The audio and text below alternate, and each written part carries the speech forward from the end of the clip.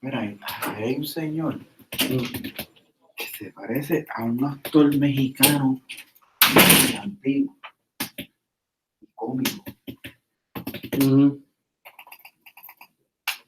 ¿Cantinflas? No. Sale en películas de Cantinflas, pero yo no sé el nombre de él, pero es idéntico cada vez que lo veo. No me parece un actor mexicano porque yo veo esas películas en casa, me entretengo viéndolas. No hay nada, yo veo a ese señor y yo digo, ay, no, sí, es igualito, mano, el peinado, el bigote, todo. No tiene.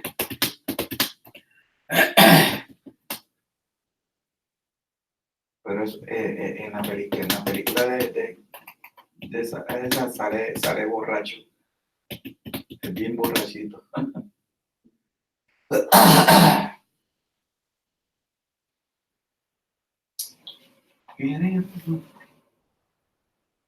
Sí.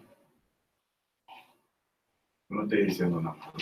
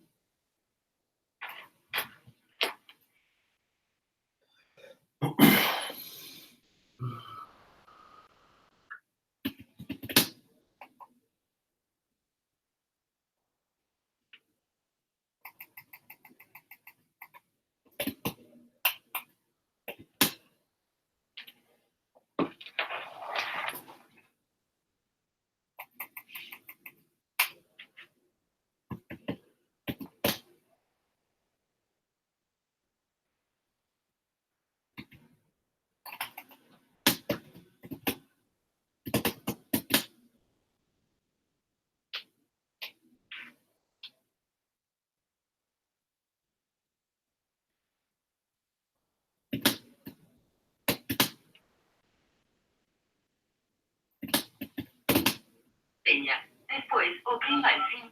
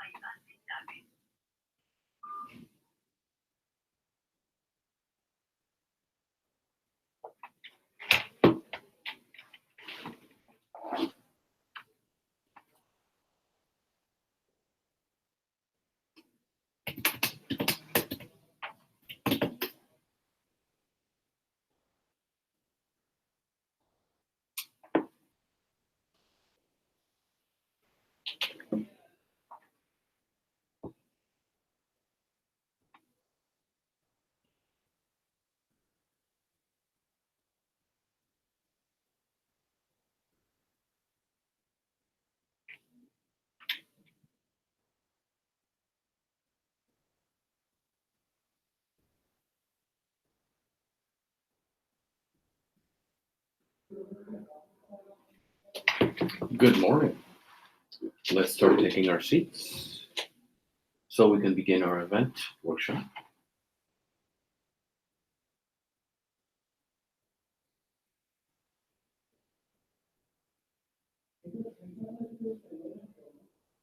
During this part of the workshop, we can choose our tables. During the afternoon's second phase of the workshop, we'll assign your tables, which will be the collaborative portion of our workshop.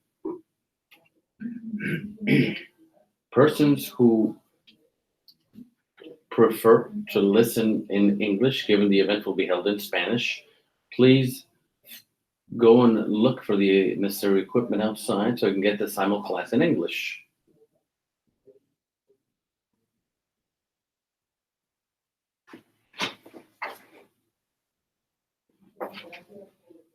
Thank you very much for the time that you have shared with us to collaborate during this workshop. This is the workshop via which we'll be evaluating the necessary elements to create a renewable energy certificates market in Puerto Rico. My name is Jorge Camacho, and I will share some of the rules of our workshop. And then the chair will formally introduce the workshop. The purpose of the workshop is to capture your ideas, to capture your concerns, to capture the proposals you may have regarding the elements that we should consider in order to create a renewable energy market certificate in Puerto Rico. And with this in mind, we're trying to open up a space where we can speak openly, candidly. We have somewhat modified our chat room rules, and we've also modified them a little bit. So we're running with from the precept that you're speaking independently from your personal capacity, unless you want to represent your organization, and then you must state thus at the moment of speaking. But otherwise, we'll be all speaking in our personal capacities. This event is being transmitted live via the internet in Spanish and English.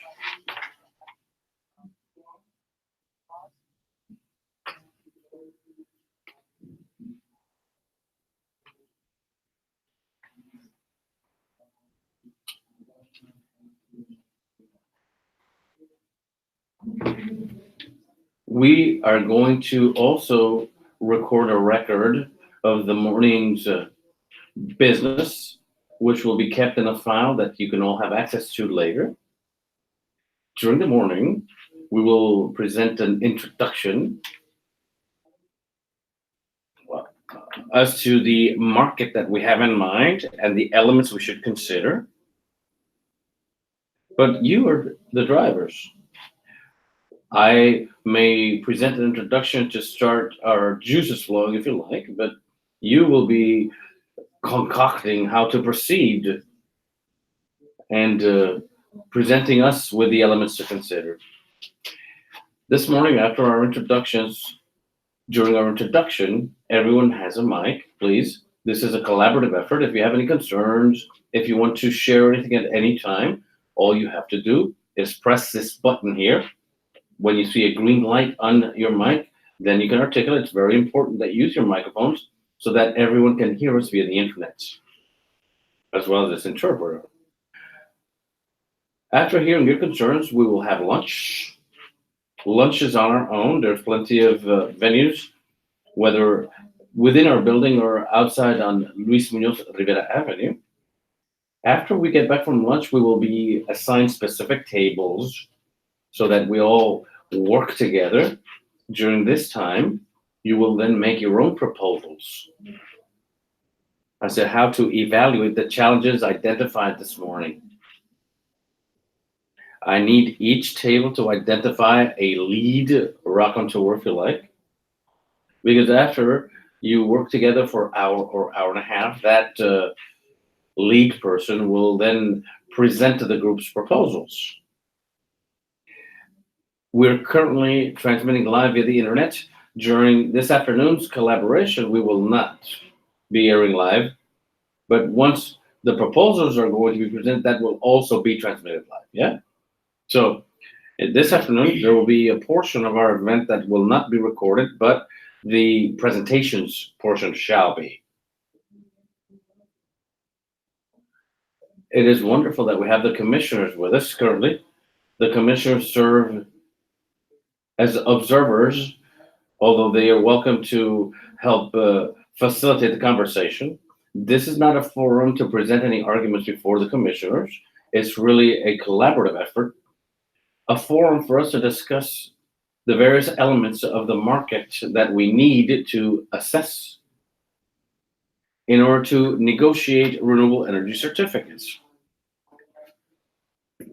or RECs. So we will now listen to Commissioner Mateo so he can open our workshop officially. Good morning, everyone. Thank you for accompanying us this morning. The purpose that the Bureau has for these workshops is to receive the greatest insight and information for all stakeholders within the energy sector who have a position or may be affected by the regulations that we have to adopt.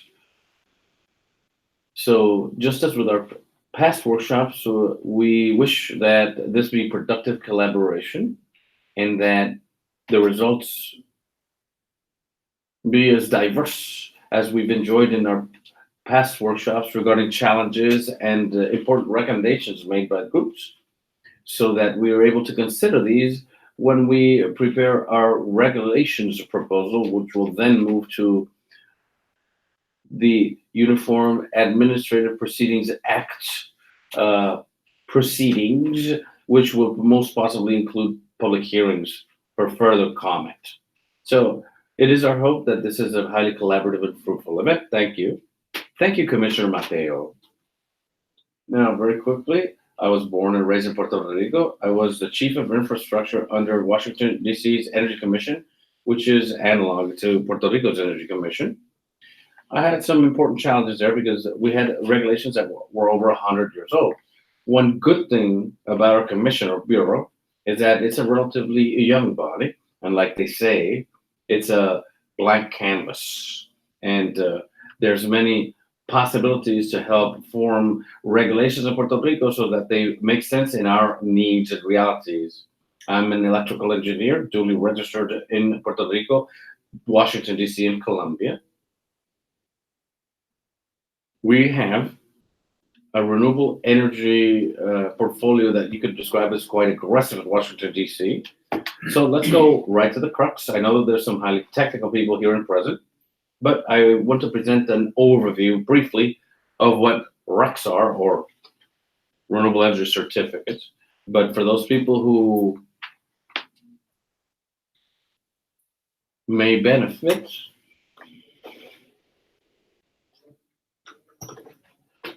we will all together evaluate the current state of the REC markets in other jurisdictions and what that means. So let's look around here. There's my PowerPoint. Very good. Ready?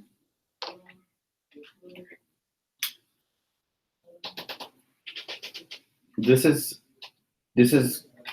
live off the internet. This is an aggregator, and the aggregator, well, aggregates RECs for jurisdictions in the Northeast.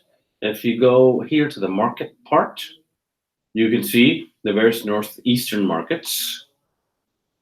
I'm going to share the one that I worked in, which was the District of Columbia, which is what is currently under negotiation for RECs. Specifically, these are solar RECs. More specifically, solar RECs that are interconnected to the grid that feed the grid at the District of Columbia. So these are about $400, but the point is that they fluctuate. So today we're going to discuss the various elements of the market that make for these RECs to fluctuate. But one thing that I'd like us to be aware of is that these certificates also have tangible value and therefore are negotiable. And we're going to talk as to why these certificates have this value, what they represent, and how these certificates' value could be assessed, which is one thing that the Bureau has to ponder. So that's it. That's the current price, as you see on screen. And I'd like to at least present one slide regarding what RECs are. Again, renewable energy certificates. So RECs are energy. They are they're a megawatt hour of energy. But what's important here is that that megawatt hour of energy is renewable. So here in Puerto Rico, just as our public energy policy states, renewable energy that is sustainable and alternative. So once a megawatt hour is generated, that creates a REC, a renewable energy certificate. So that's energy. That's what a REC is, energy. Once you have that block, we're looking to create a market for you to be able to negotiate that megawatt hour to be able to comply with the renewable energy portfolio that Puerto Rico is highly aggressive.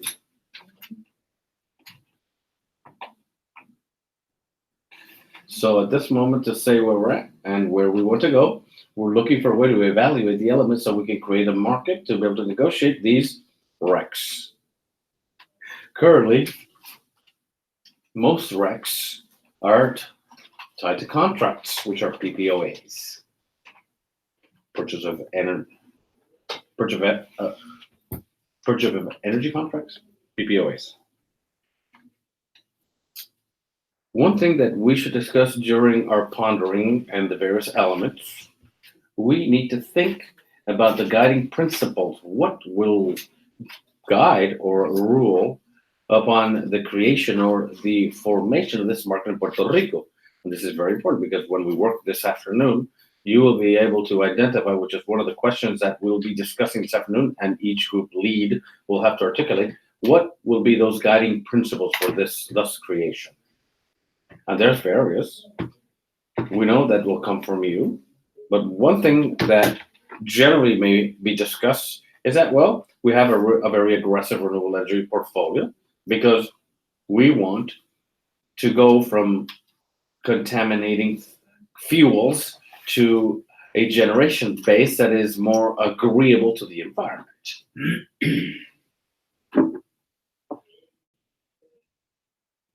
Now, certainly, we are integrating renewable energy because there are environmental effects. And when these renewable energy certificates or RECs are under evaluation in order to gauge their value, well, one must consider the environmental attributes. One must consider the benefit to society, and perhaps thus environmental and social attributes throughout time may change. Because at this time, if we have a very important need to use renewable energy, perhaps a particular certificate is more valuable if at this time it had 90% renewable energy, you see? So what's important to know is that throughout time, values can change depending upon the environmental needs, as well as the needs of society where these RECs or renewable energy certificates are being used. But certainly we don't want to perform this exercise to lose sight of cost. We have to incorporate and comply with the renewable energy portfolio without shooting energy costs upwards. And maintaining a control on energy costs is also part of our priorities. So this is a general question out there. How could the value of these certificates fluctuate? Well, like we said, offer and demand, how many generators are available. And this is collaborative, so please, at any time, feel free to chime in. And something that I wanted, I'm actually going to point to individuals. We held a similar workshop 2 weeks ago, and I'd like to expound upon this portion, the number of renewable energy generators. Here we have Engineer Irizarry. Would you be so kind to share with the group more or less at this time? And as we said, this is your personal capacity. We're certainly not asking anyone to represent their particular employer unless they do so wish. But Engineer Irizarry at this time, peak demand for the people of Puerto Rico, the island of Puerto Rico, would be about what, 2,000 to 2,600 megawatts? That's capacity, right? We're not talking about energy. We're talking about capacity for what is needed in the system to provide that peak demand, right? Would you be kind enough to share some of that information, Engineer Irizarry, regarding installed capacity currently in the grid for renewable energy? Good morning, everyone. My name is Miguel Irizarry. I'm an engineer at PREB.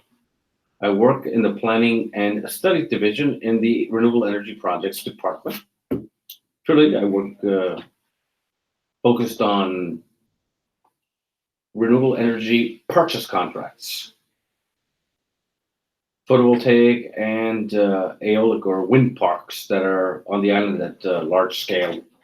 So peak demand currently at the Electric Power Authority, we talk about peaks. We have the daytime peak and the nighttime peak. Nighttime peak is close to 2,700 megawatts, and the daytime peak a bit lower. Currently, in the grid, we have 11 commercial scale projects that are connected, and of those, 10 are in operation. One of which is Punta Lima, which is a wind park in Aguao, which suffered considerable damages after the hurricane and is out of service. But that aggregate capacity for those 11 built projects is 272 megawatts. In addition to that, we have a series of lower scale projects that go from small residential various kilo projects to industrial commercial projects of various megawatts that are interconnected, which amount close to 200 megawatts. So between the commercial direct sales to the authority projects, as well as commercial industrial scale or residential projects for self-consumption and for the net metering program, we're talking about 472 megawatts, which equates, if we take this to what is our peak demand, we're talking about 20% of peak demand. Sometimes we hear that we're very behind in terms of renewable energy because it's very important to know that one thing is demand and another thing is energy. The renewable energy portfolio wants to express its results in terms of the total energy sold to clients or customers. And you know that most of the projects on the island are photovoltaic or solar, and much lesser amounts are aeolic or wind. Given that in Puerto Rico, wind is not readily available at all times, which causes, when we do the average run of production, I cannot compare a capacity factor of 80% for a plant that runs 24 hours a day. Renewable projects on the island have a capacity factor beyond 20%, low 20%. So in order to comply with the portfolio, I have to add a lot of capacity in order to be able to get to those levels of energy. And it's truly the challenge with here on the island. Not only are photovoltaic coincident, meaning that they're all going to be generating at the same time, and they'll be out at the same time, they'll be going online and offline at the same time. And on the island, there's also a very particular phenomenon that wind generation is very similar to photovoltaic.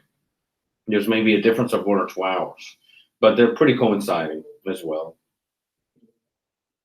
I can't say that I can diversify by adding more wind, because here in Puerto Rico, both operate and are out of operation at about the same time. Sometimes we have wind at night, and that depends on the climate, but in general, wind and sun are pretty parallel. And that becomes a challenge for us, because in order to be able to get to compliance with our portfolio, we have to increase a considerable capacity of energy, as we've discussed. So if we got 470 megawatts and we're 3%, then to get to 20%, then we have to multiply it by more or less 15 times for our installed capacity. Obviously, the Electric Power Authority has more capacity contracted. We have 78 energy purchase contracts, 11 of which have been built out. Perfect, yeah.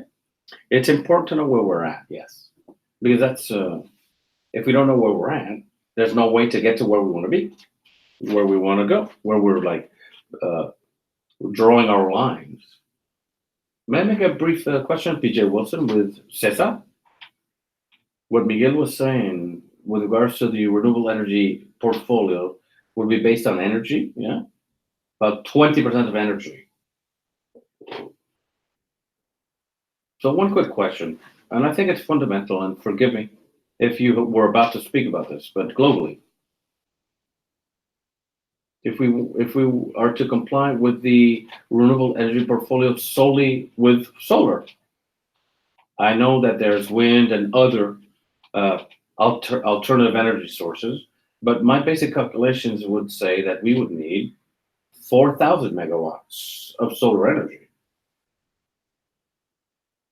Is it for newly installed gigawatts? But the IRP says 1,800 megawatts. So I don't know if we're talking about the same calculation. Are we talking about 4 gigawatts in 5 years, more or less? Well, I don't have a lot of information about the IRP. I did not participate in drafting the document. I don't know if you might refer to the recently submitted IRP or the revision, because I understand that the Electric Power Authority filed a revision to the IRP recently. Obviously, when the Electric Power Authority began to work with the latest IRP revision, the renewable energy portfolio was less. It wasn't until lately in April that it was amended with the levels, the percentage of energy for short term was increased from 15 to 20% and then to 40%, beginning in 2023. But frankly, I couldn't answer your question because I'm not very privy with the data that was used for the IRP. And well, to clarify, what Engineer Irizarry refers to is capacity, installed capacity. With regards to necessary capacity in order to satisfy peak demand during the day. Now, if during the day we have this peak demand, and let's suppose that we have renewable energy, we have sun, we have wind, of the 2,000 plus peak demand, there may be 400 megawatts that are ready to satisfy this peak demand at that time. That's not to me. We're talking about power, energy. Energy will be different. We're talking about power, not energy. So what we want to capture is what's currently installed in terms of capacity, installed capacity. Now, another issue, which would make the RECs prices fluctuate, well, there's a concept that's called alternative compliance payment. And that's for us to evaluate, to see if it makes sense or not for Puerto Rico. And I'll share my experience. Currently, what public energy policy regarding energy in Puerto Rico states that if a retail energy provider cannot satisfy the renewable energy portfolio, then the Bureau will have to evaluate whether they impose fines. That's a process. You have to go before the Bureau. Evidence and proof must be filed before the Bureau. So this is an easy way out to make these retail energy providers and what they're told in terms of how the alternative compliance payment would work. Well, probably, Mr. Retail Provider, you probably won't have the capacity to comply with the renewable energy portfolio. So instead of buying RECs because perhaps they're not available, or at the time, you're going to make a voluntary payment in order to satisfy that deficiency, then that payment would not require having to appear before the Bureau. It's just made. And then the following year, one tries to not have such a large payment to make. In other jurisdictions, what they do with that payment or money is that it goes to, here in Puerto Rico, a green energy fund. In other jurisdictions, a green bank. And those funds are used to foster more renewable energy systems. Now, this alternative compliance payment has to be fixed. One has to set it. So most jurisdictions, what they do is that this alternative compliance payment is somewhat high at the beginning, and then by and by it goes down. This payment then would then deem the values for the renewable energy certificates, because a certificate's value will never be higher than that payment. Because if I'm a retail energy provider, I have the option to pay that alternative payment. Let's say it's $5. So instead of $5, I go to the market, and that's a market that we're going to discuss the elements about, where those RECs or renewable energy certificates are that are being issued, and probably those might be $4.50. It'll never be $5 because that's a compliance payment that the retail energy provider would have to pay. So then that retail energy provider would have the ability to pay at a lower cost as compared to the alternative compliance payment. And that's one way to motivate and stimulate that REC market. Now, certainly, one of the things we should think is that we have to first fine-tune the cost of energy in Puerto Rico. And where would that cost come from? The alternative compliance cost. If that has to be paid by retail energy providers who currently are the electric power authorities. In the future, there could be various entities. But if at this time the electric power authority or PREB would be the entity who would have to pay that compliance payment, who would eventually have to pay for that? Well, the customer base. So we have to think about both sides of the coin.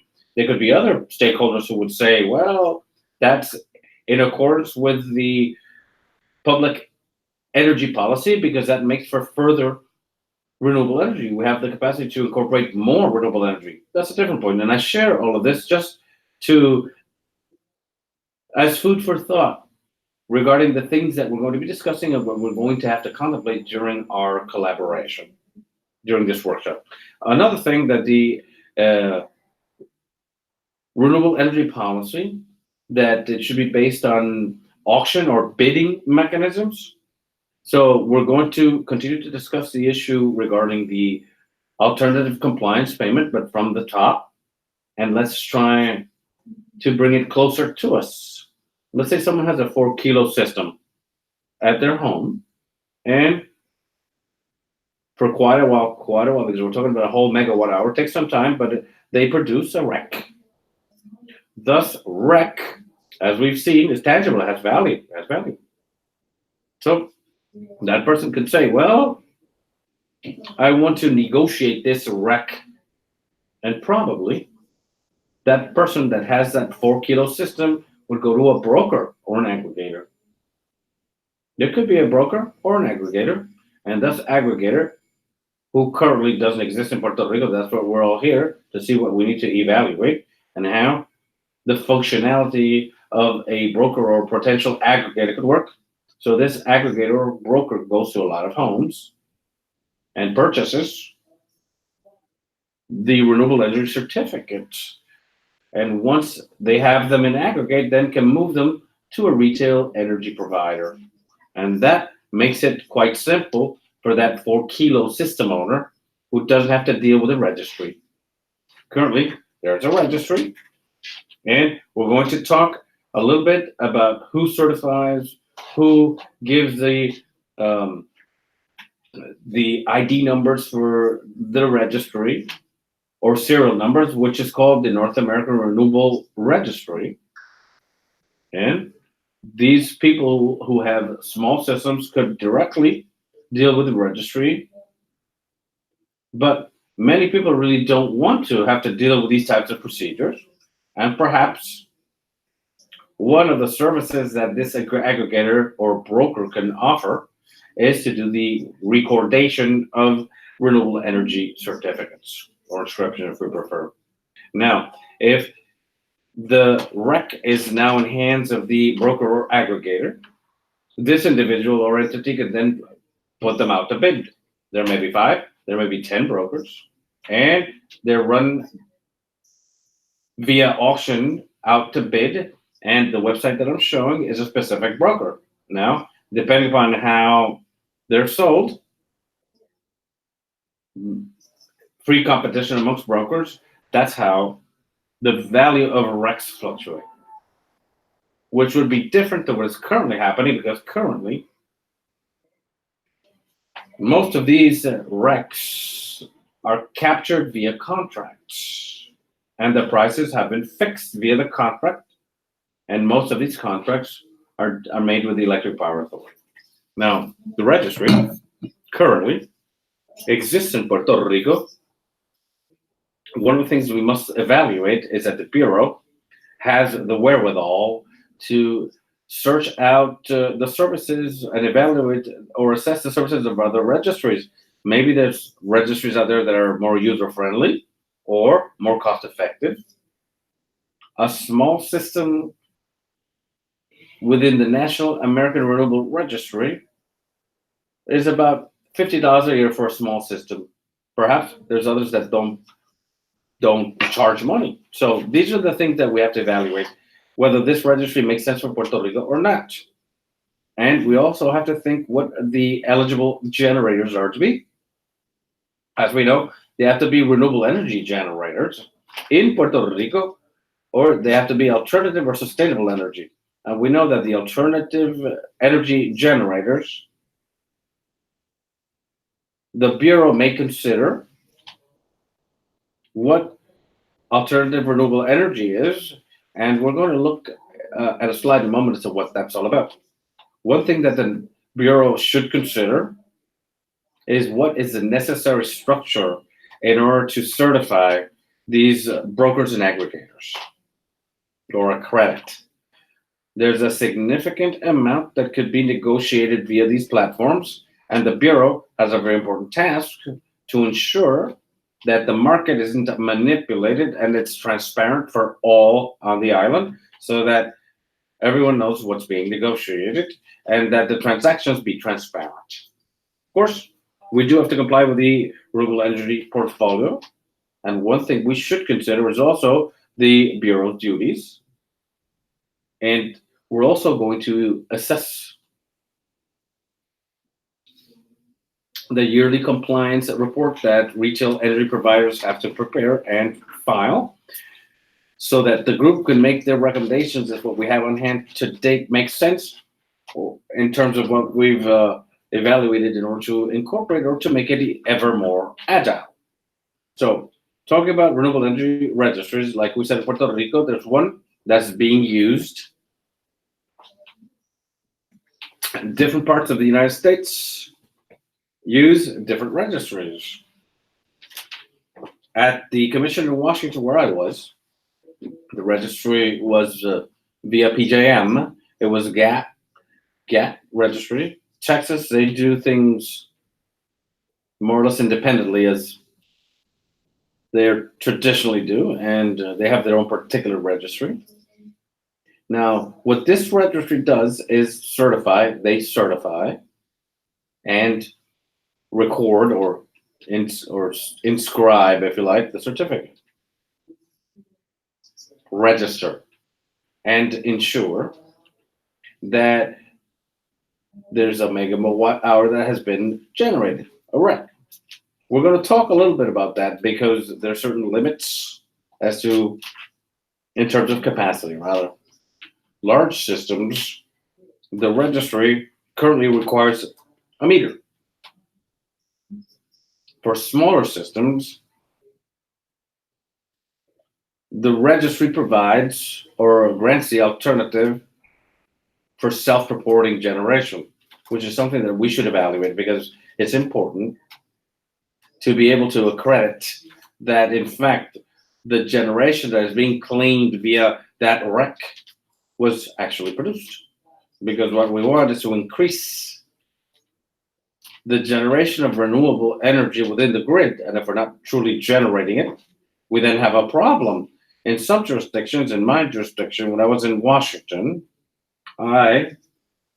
small systems that were below 10 kilowatts could self-report without having a meter. Of course, the good thing about that is to make the process more expedited, but the challenge is how to enforce that, in fact, that renewable energy was truly being entered into the grid or going back into the grid. And this is just one example of this is the NAR registry route. So what should we consider? What do we need to consider? Because as we were talking, the Bureau may evaluate how viable other registries may be for the creation of a market locally. So this registry has to facilitate inscription of registry. And this is not transactional. You're not going to be negotiating with the registry. What it does is registers a broker or an aggregator, or in some cases, which are occurring in Puerto Rico, developers are those who negotiate the recs. And I'll give you two examples that happen in Puerto Rico. They can knock on your door at home and say that they're going to install a renewable energy system at a very low upfront cost or completely free of any upfront cost. Because if you read the contract, you grant that developers all your renewable energy rights.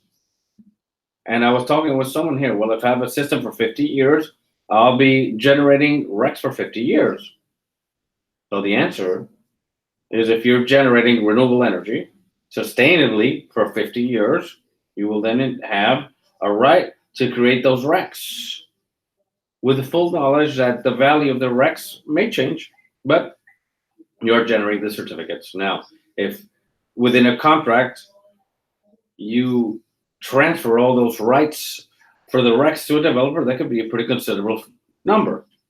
So we're going to talk a little bit about how to protect consumers when developers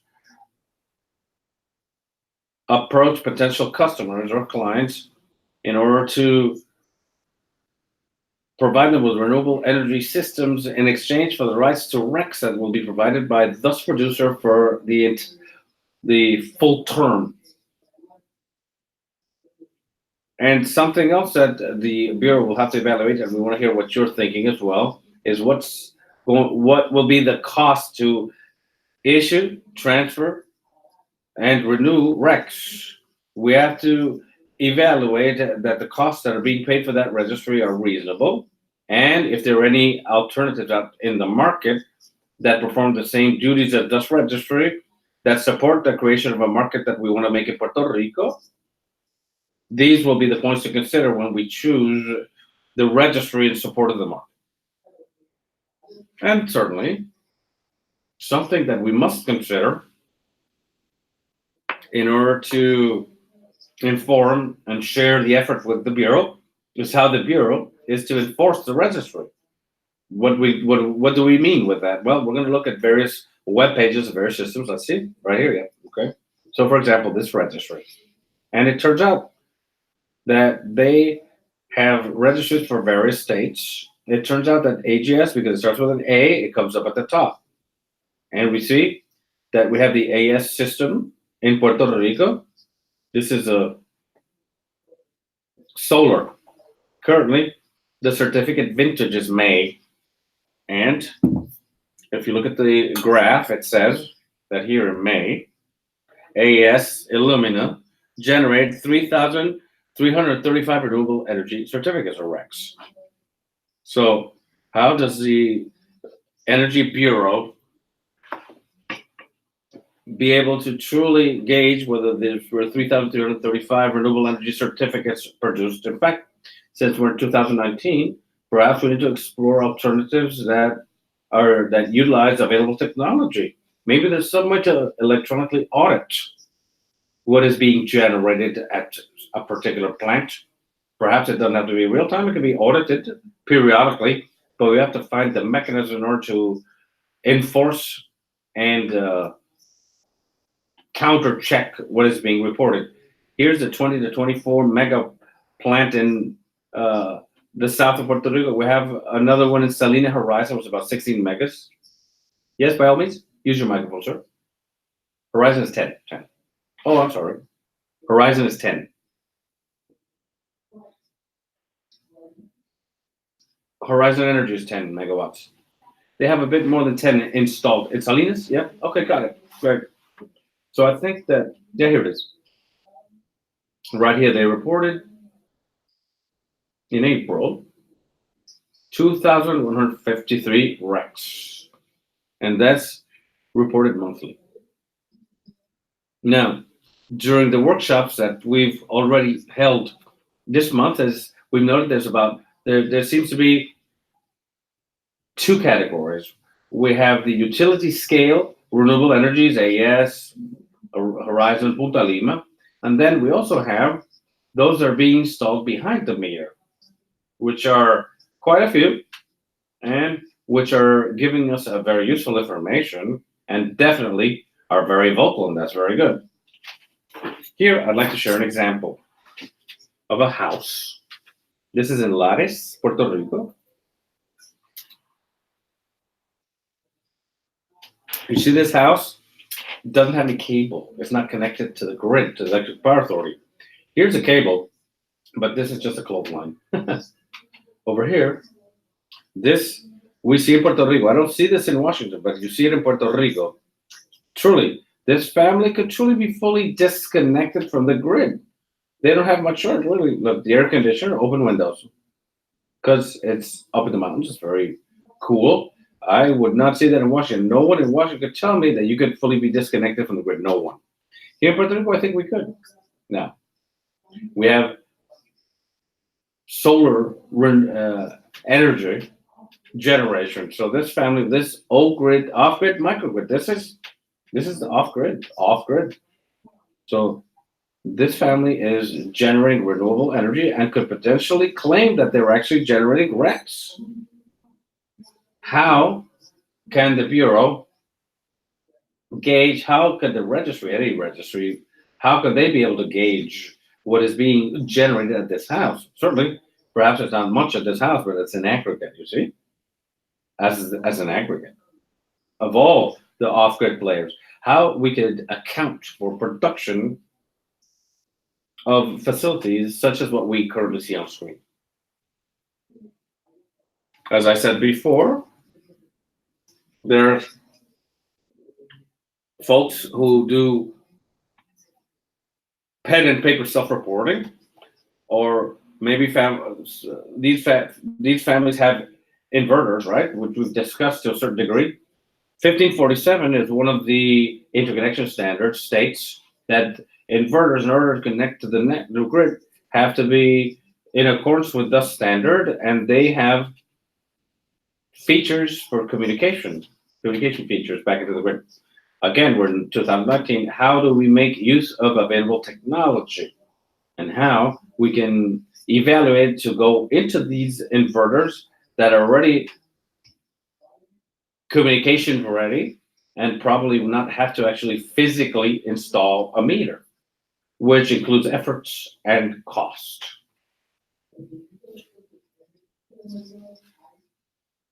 So meter requirements include various aspects in Puerto Rico that we should consider.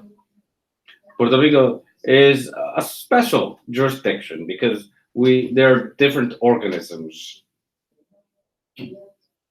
that one way or another have some type of involvement in what could have an effect on the development of renewable energy certificate markets in terms of meters. 82-2010 states that the production reading has to be via meters in order to issue a REC. Currently,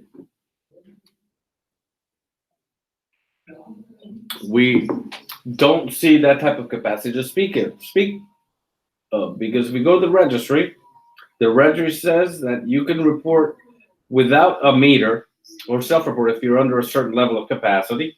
And here's the RSA, and I put this up because what's happened with the RSA currently is pretty fluid process or proceedings, but we want to be aware as to the language so that it doesn't take us by surprise, okay? It's important to know where we're at with regards to the various entities that may have an effect upon the development of this market.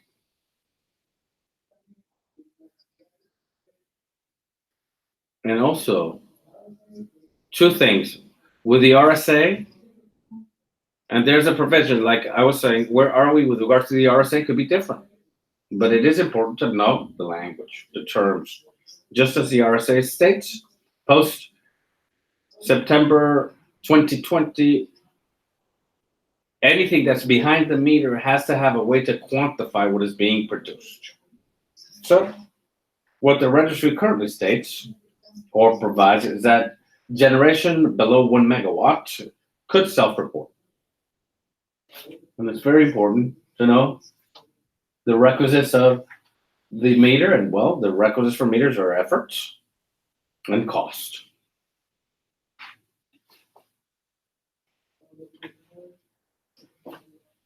We're in 2019, there's a lot of technology that could be evaluated in order to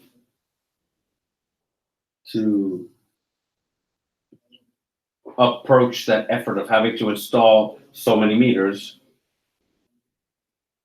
And this again will be discussed in workshops that we will be presenting for the Bureau in order for us to have a flexible distribution system long term. Having smart meters for each customer makes a lot of sense.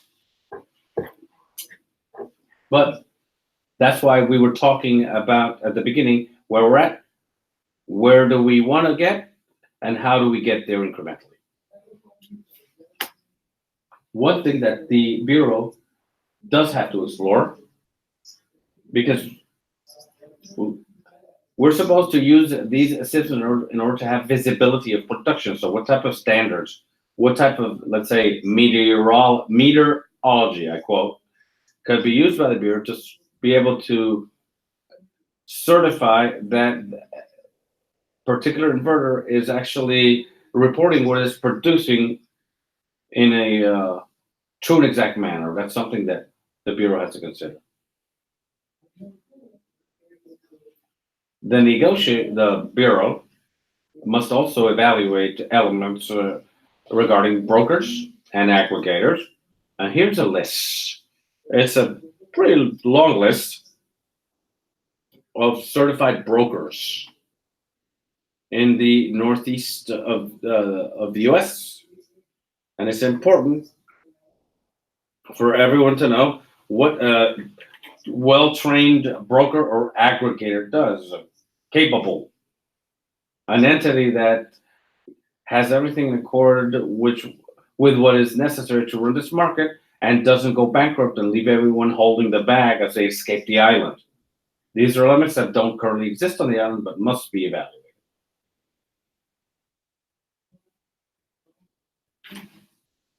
As we were talking before, right now we're not talking so much about the larger systems, more of the smaller systems.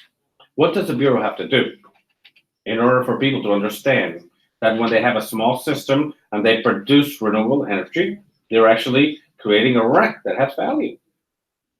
That requires education. Or if they sign contracts, people may be signing contracts and maybe don't know what they're transferring, the rights that they're transferring to others.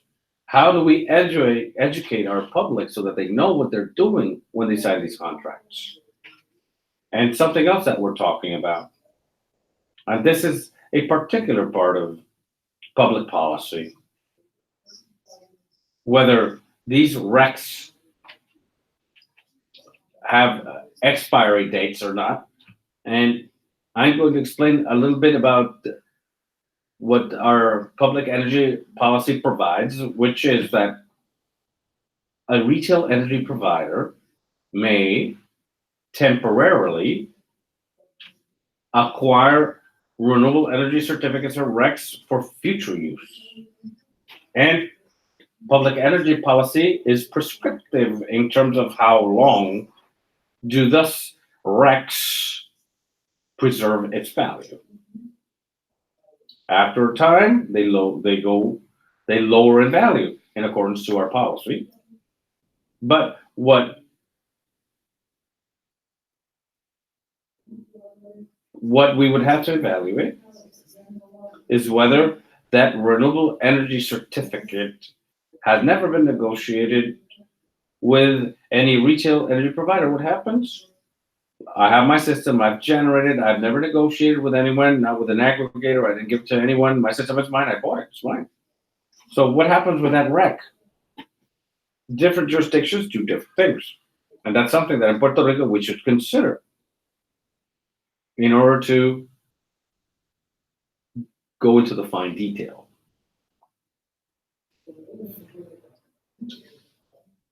Retail energy providers, currently we're talking about the Electric Power Authority, PREB. In the future, there may be more retail energy providers.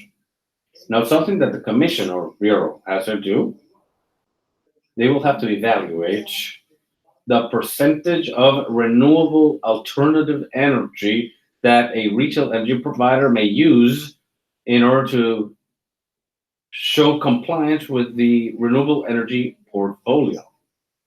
What is alternative renewable energy?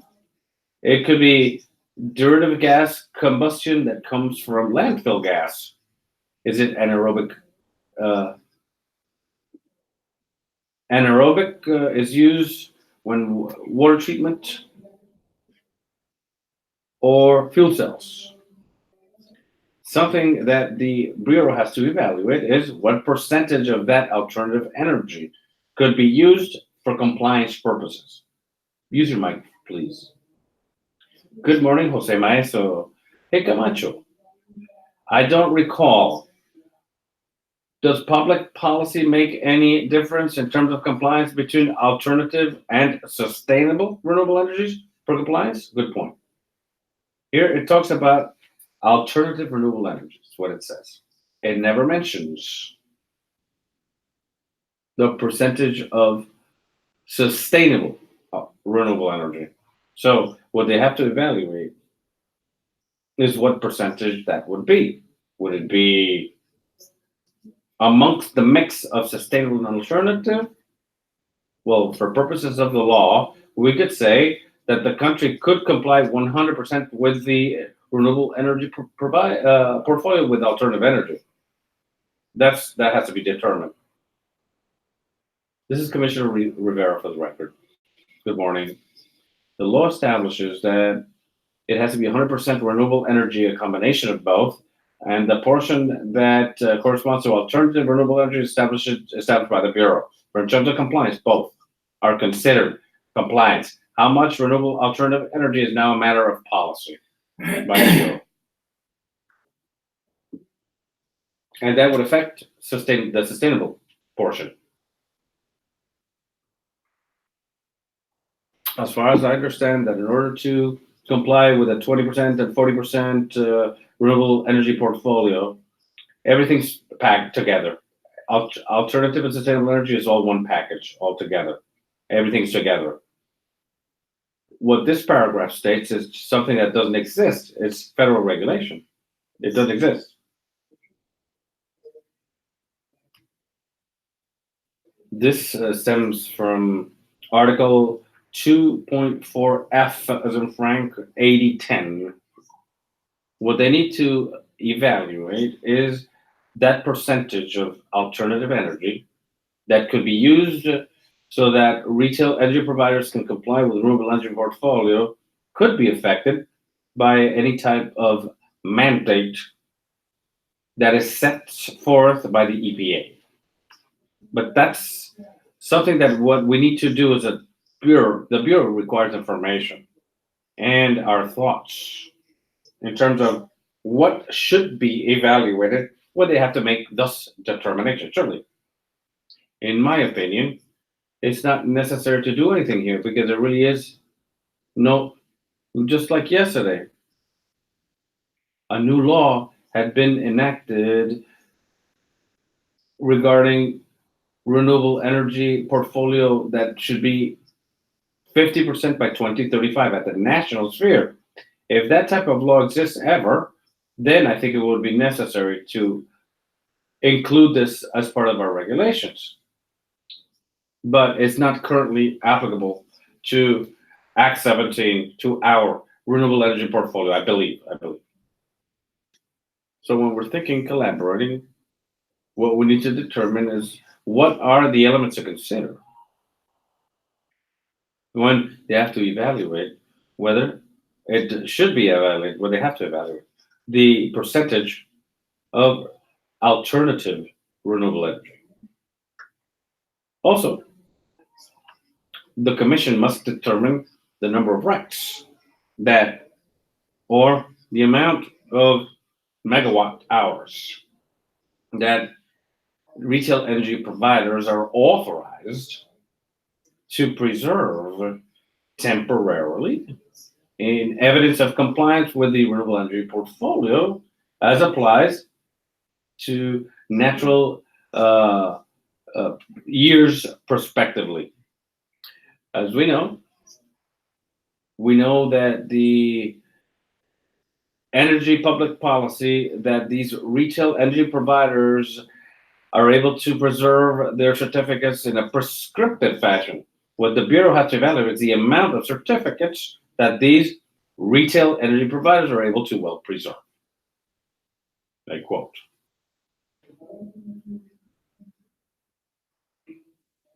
The alternative compliance payment, which is another mechanism to consider as we've discussed.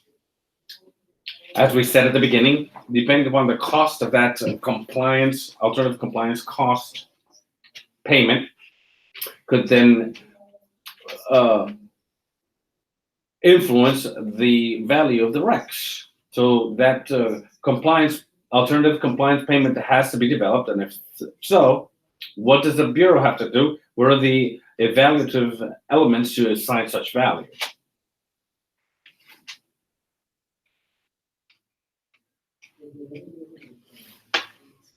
The Bureau's duties. Currently, we have the Electric Power Authority, and year by year, they have to file a yearly compliance report. And these are the elements that they have to file. It's prescriptive. Now, something the Bureau has to evaluate is whether this report has to be changed. Does it need to capture further elements, or could it be further simplified?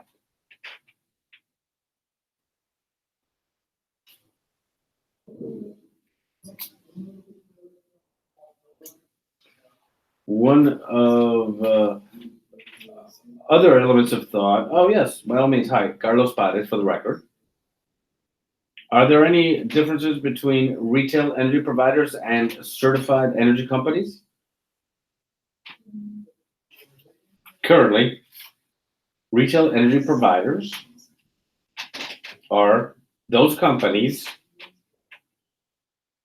with customers to whom it sells energy, and it could be a broker. That retail energy provider, in practice, doesn't have to have facilities. And the thought is, they could go out to a wholesale market and purchase blocks of energy. And let's suppose that there's a wholesale market, and they purchase those energy blocks at a favorable cost or price, and then resell them to customers retail. So you could have a company that doesn't have facilities whatsoever, who are middle entities that do business with the retail energy providers. So there's a difference. So if you allow me, Act 82 defines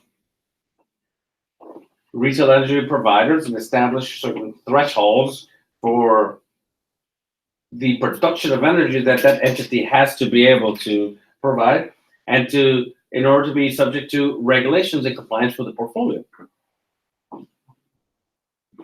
I have a question. Sanchez over here. So as motivation or stimulus for the community, so we're talking about small systems, maybe microgrids that are local production for a community that want to be off grid. They don't want to be connected at all to the grid. They as a community, will they be required to register, and that they register the energy provided? But if they don't want to participate and don't want to have any credits in the future, I have that question. Let's go to a more simple example. That off-grid house you presented. Let's say does that person have to register the production of energy in order to be able to do it? I mean, how does that occur? No, they don't. If they don't want to certify RECs, they don't have to do anything. I have a lot of people in Washington who just don't care. They're not interested. But something that we should evaluate is whether, for example, that house in Lattice isn't receiving its RECs because they don't know or are not aware of the advantage, or because they've decided not to. That's something that the Bureau has to evaluate, is the type of education that is given to these types of facilities. Well, I think that given the cost of energy in Puerto Rico, the small off-grid individual thinks I win anyway, no matter what. Obviously, if they see potential to make an investment, but if the bureaucratic transaction, because of the aggregator, whomever, it becomes too complex, the citizens who want to, or the groups of citizens, will not be motivated to participate, because you said it yourself. In Washington, D.C., obviously, the climate conditions, etc., and the type of homes require that you be literally connected to the grid. But the potential for entire communities not to be connected to the grid, as has already happened, cannot provide such a bureaucratic mechanism, but that it'd be so detrimental that at the end of the day, that makes it too ornery for them to even try. That could be a guiding principle, how to make the REC market process something so bureaucratic and so difficult that no one wants to play. That's a very good point. But also remember that we have a renewable energy portfolio that's very aggressive. If I'm unable to capture what you're doing, how do I comply with the portfolio? Or perhaps they don't want anything. Perhaps something that the transmission and distribution operator has to be aware of, to everything that's being generated in terms of renewables, but to report one way or another for the people to know how we are arriving at that 100% goal. We're talking about 100% renewable energy. That's the goal eventually. I'm aware of what you just said. The only thing I'm concerned about is that if you force people to have to comply, to be ever more compliance, what you do is you dissuade people to not participate in renewable energy, not even consider it. And then, well, potentially, that could be even more migration to places where there's more stability, or to do it in a clandestine fashion, which may happen if the regulations are too restrictive. That's how I see it. Thanks so much for that contribution. Very, very good. That's very important indeed. Yeah. Mr. Guancho, yes, by all means. While we're talking about the yearly report for compliance with the renewable energy portfolio, something that's very important, key, I think. If we look at the law, Act 17, it reads that we have to get to 20% by 2022 and 40% by 2025. It's a bit confusing because that's percentage from 2015 to 2022 and 40% by 2023 to 2025. This is not very clear, but now the following law, Act 773, 17, I couldn't quote that well. So that clarifies that the percentage must be complied at the last year of the period. So if that's all we have, then there's no such thing as a renewable energy portfolio until 2022, and the yearly report doesn't have to be submitted until 2023. But it also says that nevertheless, or notwithstanding, each year within the period, there must be reasonable progress made as determined by the Energy Bureau. So these words, reasonable progress, I think is something to consider, that the Energy Bureau must say, well, 20% by 2022, then we have to define certain numbers that reflect progress towards that end reasonably, with the consequence by fines, 10% the first year, 50% the following year, and 20% in 2022. If it's not something that's very clear, with fines if for default or non-compliance, they won't make any sense, I believe. Now, if we do that, then that first yearly report will be necessary by 2021, as well as 2020. Thank you, yes.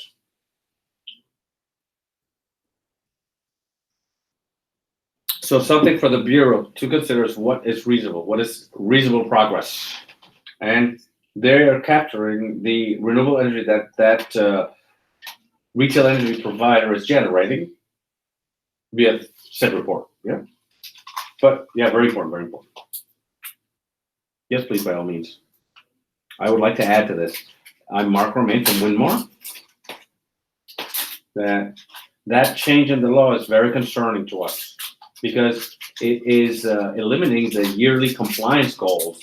And we hope to see from the commission that there be some yearly goals because we've already lost the RPS compliance since 2010 when it was legislated for 2015. We've already lost various years. And if the goal will be, as the law says, that compliance is for the end of the period, then we're just stagnating our efforts even further. That would be from 2015 to 2022 now, when we'll see the first year for compliance. Unless there are regulations that are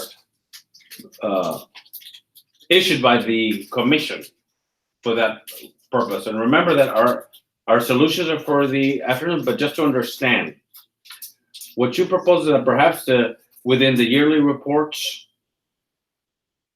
they'd have to state what the difference between this year and last year is in terms of the renewable generation. What would be captured in that report that would be different? Well, one thing is a report, and what's the obligation to comply with any goals there in the said report?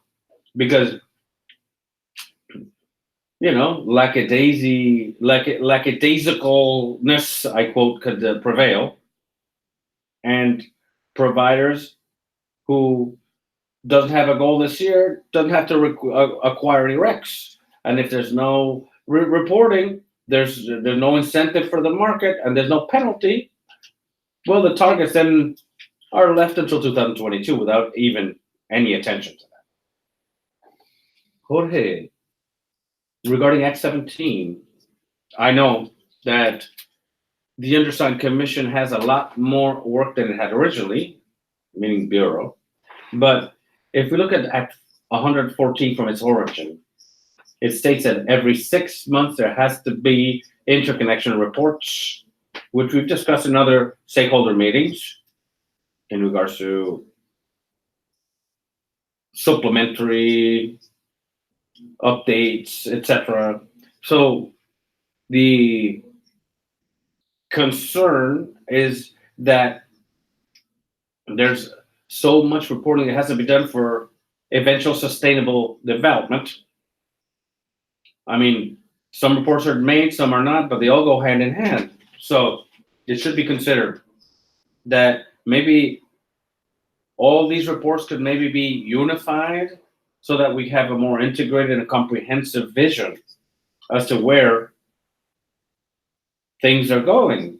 Because if we look, it's supposed to be that every 6 months, certain reports be presented before the legislature in terms of renewable energy progress, and no such thing has been reported since 2013. That's a mandate by law. So this yearly compliance report for energy retail providers, what would be the remedy then, if you'd be so kind? Yeah, Miguel said it for the record. We are filing the report since 2015, before the legislature, before the commission. At least the commission's report since 2015 for renewable energy progress, compliance with the renewable energy portfolio. Okay. That's something that we've been filing. I don't work with reports before the legislature. They're two different things, yes. The one I mean is the interconnection, not the oh, that's a different matter then. Yes. And before 2015? 2014. So more or less from the beginning then. Since the establishment of the commission then. Yes, we have been filing reports in accordance with the law as to when compliance with the portfolio begins, which was 12% since 2015.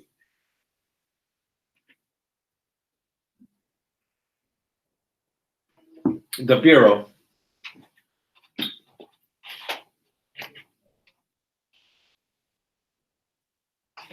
Public Energy Policy gives retail energy providers the ability to satisfy the requisites of the renewable energy portfolio, also with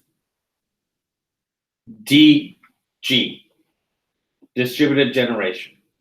So these reports that retail energy providers can give the Bureau as to how they've complied with this portfolio by using distributed generation. The Bureau would have to consider what this report must state and how to create this report, because that's one way in which retail energy providers, if an alternative compliance payment is considered, may not have to make such payment or any kind of fine for being deficient as to the portfolio. What would this report have to include? And I'd like to give you the last thing for us to have here as background, that thus is the renewable energy portfolio, and it is aggressive, and that's great.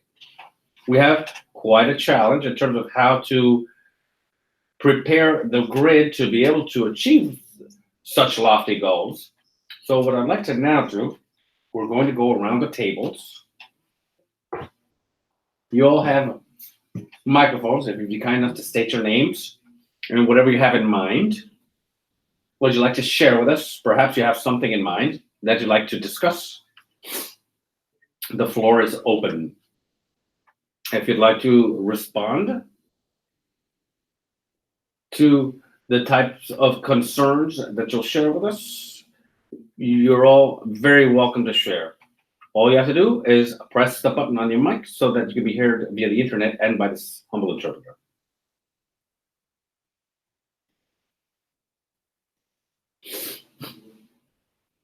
Good morning. My name is Luis Marin, electrical engineer, energy consultant.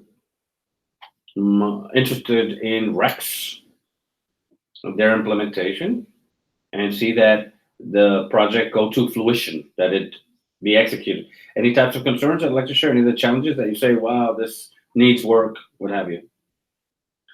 Because we're looking for the elements to create the market. Currently, we don't have a market.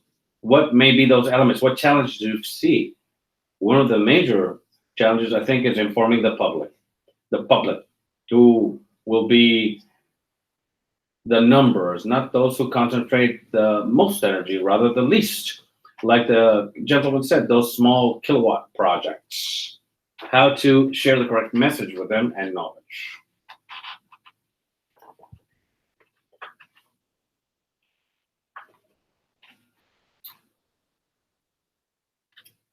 You introduce yourselves and state any concern that you'd like to show the group. Obed Santos, I work for AS, and I'm the current manager of the Illumina plant, as mentioned.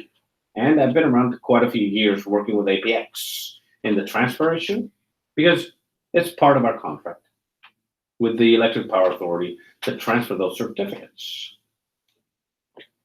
And well, also interested in seeing how the changes in regulations result.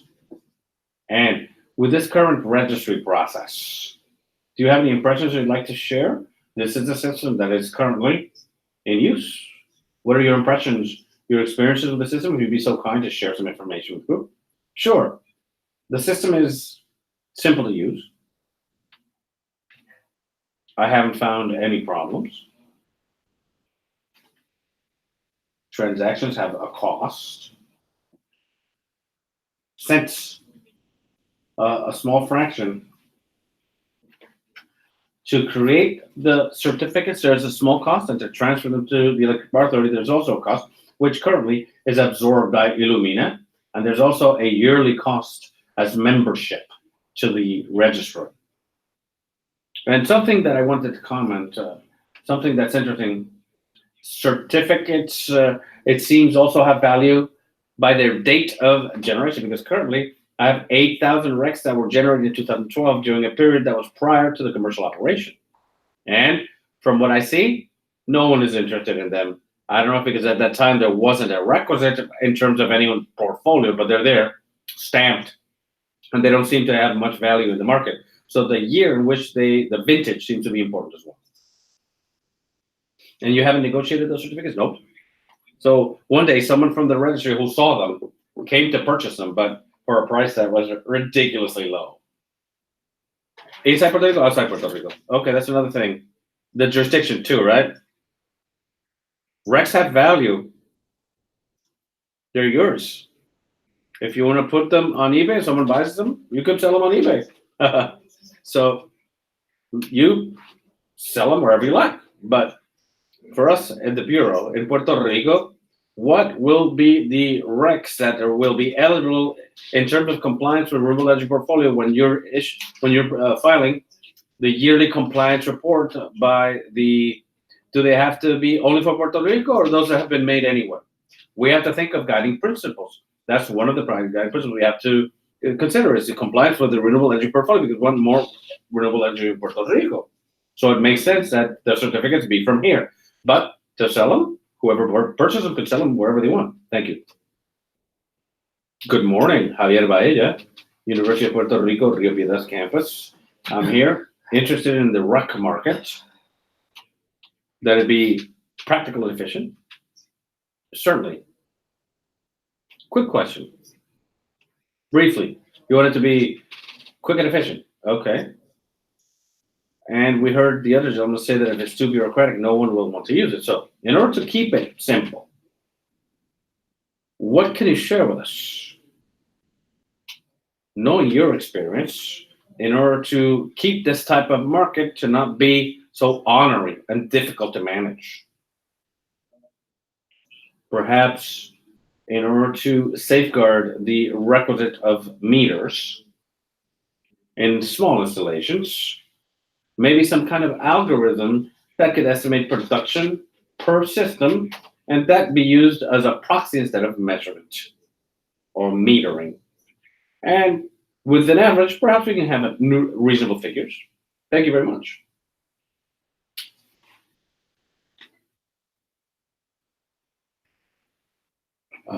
I am Mark Romaine from Winmar.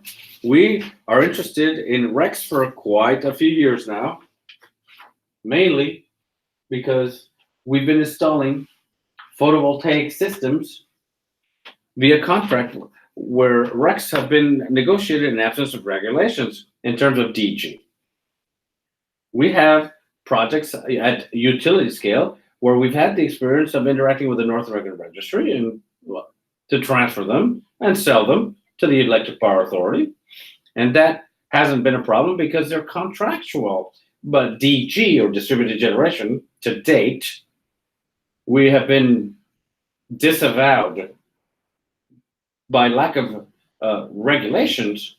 And our understanding is that the law did apply regardless, even though there wasn't a regulations in effect. However, we've been unable to sell. We've tried to negotiate those credits, those RECs with the Electric Power Authority, but we have never achieved any transaction, financially speaking.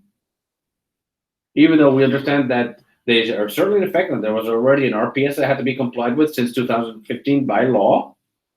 So our firm throughout the years have suffered from not being able to achieve our financial expectations for various projects and installations where the value of RECs have been contemplated. We have contracted with the Aqueduct and Sewer Authority where RECs were given value, and we divvied them up between the Aqueduct and Sewer Authority and ourselves because it's an energy sales contract, and it's always been left in limbo, those RECs. And that does affect the customer's cost per kilowatt hour, and it certainly is unmotivating for development. In many cases, we as a firm have assumed the risk of REC values, telling customers, I'll sell you the energy at X price and I'll keep the RECs, with the expectation of being able to resell them at some point. And that point has been stagnated for years. And, well, for us as a firm, let's say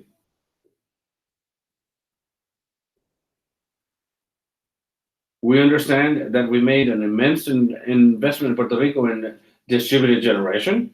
We have found ourselves without receiving the expected ROI from the beginning, and what should have been an incentive lawfully, with which we counted because it existed by law. We have not gleaned said incentive, and we've made a lot of investment based upon that incentive, which has not come to fruition. And we're certainly pleased that we're seeing light at the end of a tunnel, and we may see regulations and clear guidelines in terms of the rules of the game. On the other hand, we are concerned, given that we want new regulations to contemplate our situation of having already so much invested and already generating, and not everything to be totally prospective, because then we are not covered by the protections of law that have been around since 2015. And given the expressions in the new legislation is that, oh, RECs are a new thing and everything will be here on, when in fact, they have been lawfully instilled, and we want that these proceedings include valuing those that existed by law since 2015. Now, in your experience outside of contracts, if there isn't an instrument such as a contract, do those RECs already generated, how, in your thought, could be able to apply to compliance with the renewable energy portfolio outside of contracts? How would you get from the registry to negotiation? We've tried multiple times in direct communications with the sole entity that could acquire them, which is the Electric Power Authority of Puerto Rico, by, based on an offer. I have X amount of RECs. You have the RPS that you have to comply with. I'm offering you RECs at X value. It's no. Have you been in competition? Then there may be a pool of various offerings, and they would purchase from the pool. Well, I understand that all folks who have generated RECs to date can offer them, but certainly we don't control whether anyone else is offering them RECs or not. Well, that's a mechanism that we're evaluating, how to create that platform in order for retail energy providers to be able to acquire RECs at the best offer. The proposals will be this afternoon, correct? Yeah. Well, we're just creating conversation, yeah, because we have other suggestions as to how that can be done. PJ.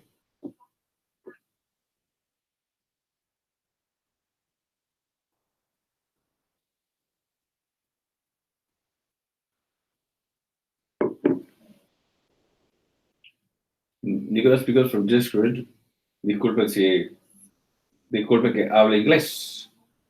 La próxima vez hablaré español. Básicamente la conversación es bastante interesante. Realmente quiero saber más sobre los RECs con respecto a la energía renovable solar. Por ende, básicamente como nosotros miramos el mercado por medio de cambiar cómo las utilidades operan, pasando del modelo tradicional de reventa de energía a la transacción pasiva de energía. ¿Y por qué estamos contemplando ese mercado? Porque pensamos que en el futuro, si todos contemplamos las barreras, las restricciones existentes en el modelo tradicional, incluyen que hay que tener confianza para quien vende energía, alguien quien la compra. Y el hecho de que hay falta de confianza quiere decir que hay que pasar por un intermediario, que es la utilidad, y que la utilidad básicamente va a ser costosa y va a crear barreras de entrada a la participación en el mercado, ya sea microredes o, digamos, sistemas de mayor magnitud. Por ende, la manera en la cual implementamos el modelo de utilidad pass-through, que se ofrece acceso a costos de mayoreo directamente a los consumidores, y como utilidad pass-through proveemos descuentos que se basan en el prepago. Y de esta manera se puede hacer una comparación a lo que se puede proveer por medio de los llamados tokens, por medio de una plataforma descentralizada, similar a lo que son los RECs, Básicamente, REX es la habilidad para que los productores de energía no renovable, para que se les considere como productores de energía renovable. Pero si lo que queremos tratar de hacer es lograr el 20, 40 y 60%, pues creo que debemos de incentivar la producción real de energía renovable, sea viento, sea sol, y facilitar el acceso a los compradores para que compren esta energía en vez de subsidiar a aquellos que no producen energía renovable, por ende, energía no renovable. Pero para poder hacer tal cosa hay que bajar las barreras de entrada. Si contemplamos el concepto de los brokers o corredores en el mercado REX, ellos toman aranceles por negociar, por la compra, por la tramitación, por el servicio. Y cuando estamos contemplando, creo que es 400 tantos dólares en Nueva Jersey por una hora, un megavatio hora. Y la diferencia entre los precios está el hecho de que las personas o los productores, quienes no producen energía renovable, ya sea solar, están listos a pagar esa prima para poder continuar a hacer su negocio, ¿ven? Pero esto no debe ser la manera de avanzar. Todos deben tener acceso al mejor mercado, y el mejor mercado es, por definición, provisto por acceso libre, con una barrera de entrada baja, con un costo de producción local bajo y un bajo costo de consumo, que debe tener un mercado descentralizado y abierto que no requiera intermediarios, para asegurar que el registro se trabaje apropiadamente y que haya confianza con respecto a las transacciones, y sea cual sea, no importe qué estatus social, si seas de medianos o modestos ingresos o de altos ingresos, todos tengan el mismo acceso a la misma energía renovable, que es el viento y el sol, a todos por el mismo precio. So, something to consider. Something to consider. If the Bureau, would it be to in the public interest that the Bureau regulate these aggregators or these brokers, or in terms of how much they could charge customers in order to perform transactions with these RECs? In the jurisdictions that you talk about, are these brokers or aggregators regulated, or is it an open market structure?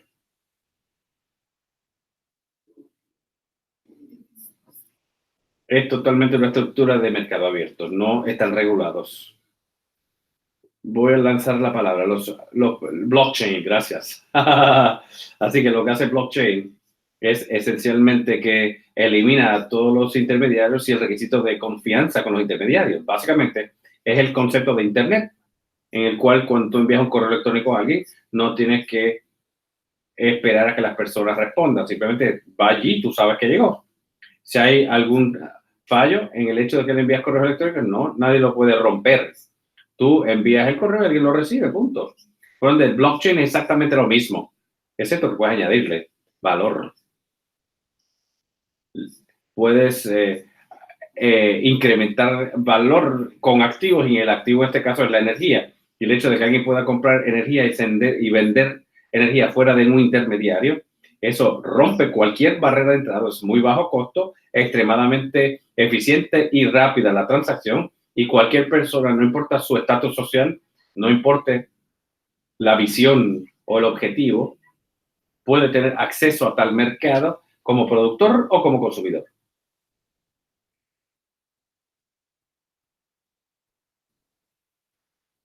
Thank you very much.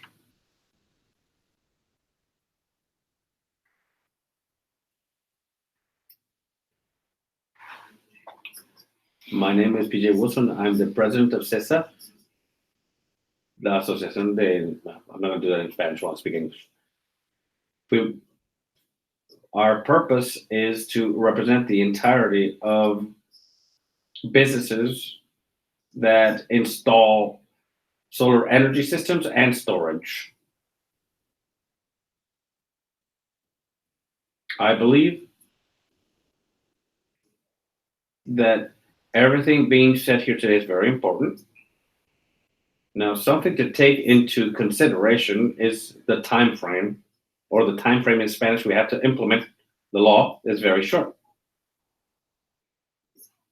If we look at the date of 2022, perhaps we could think, oh, we have a year, 2 years to determine exactly how is everything going to work. But given that we are at less than 3% of renewable energy within our portfolio so far, I would like to suggest a 4-month period that we have between today and the end of October in order to determine exactly how things are going to work. Because beginning upon January 1st, there should already be a price for RECs and that the market be in function.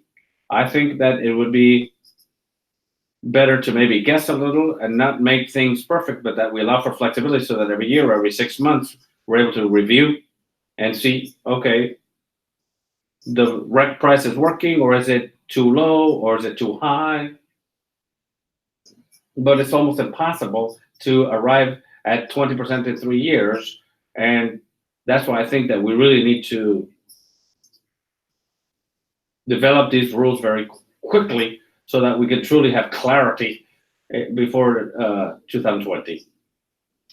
I think that's an important point. It will not be perfect, but being perfectionist will create paralysis, perhaps. And it's also important to clarify that currently we are looking at the elements that create the market for RECs. Certainly, certain elements regarding how to evaluate or appraise these RECs. Currently, we're concentrating on the elements to create the market in order to negotiate these RECs.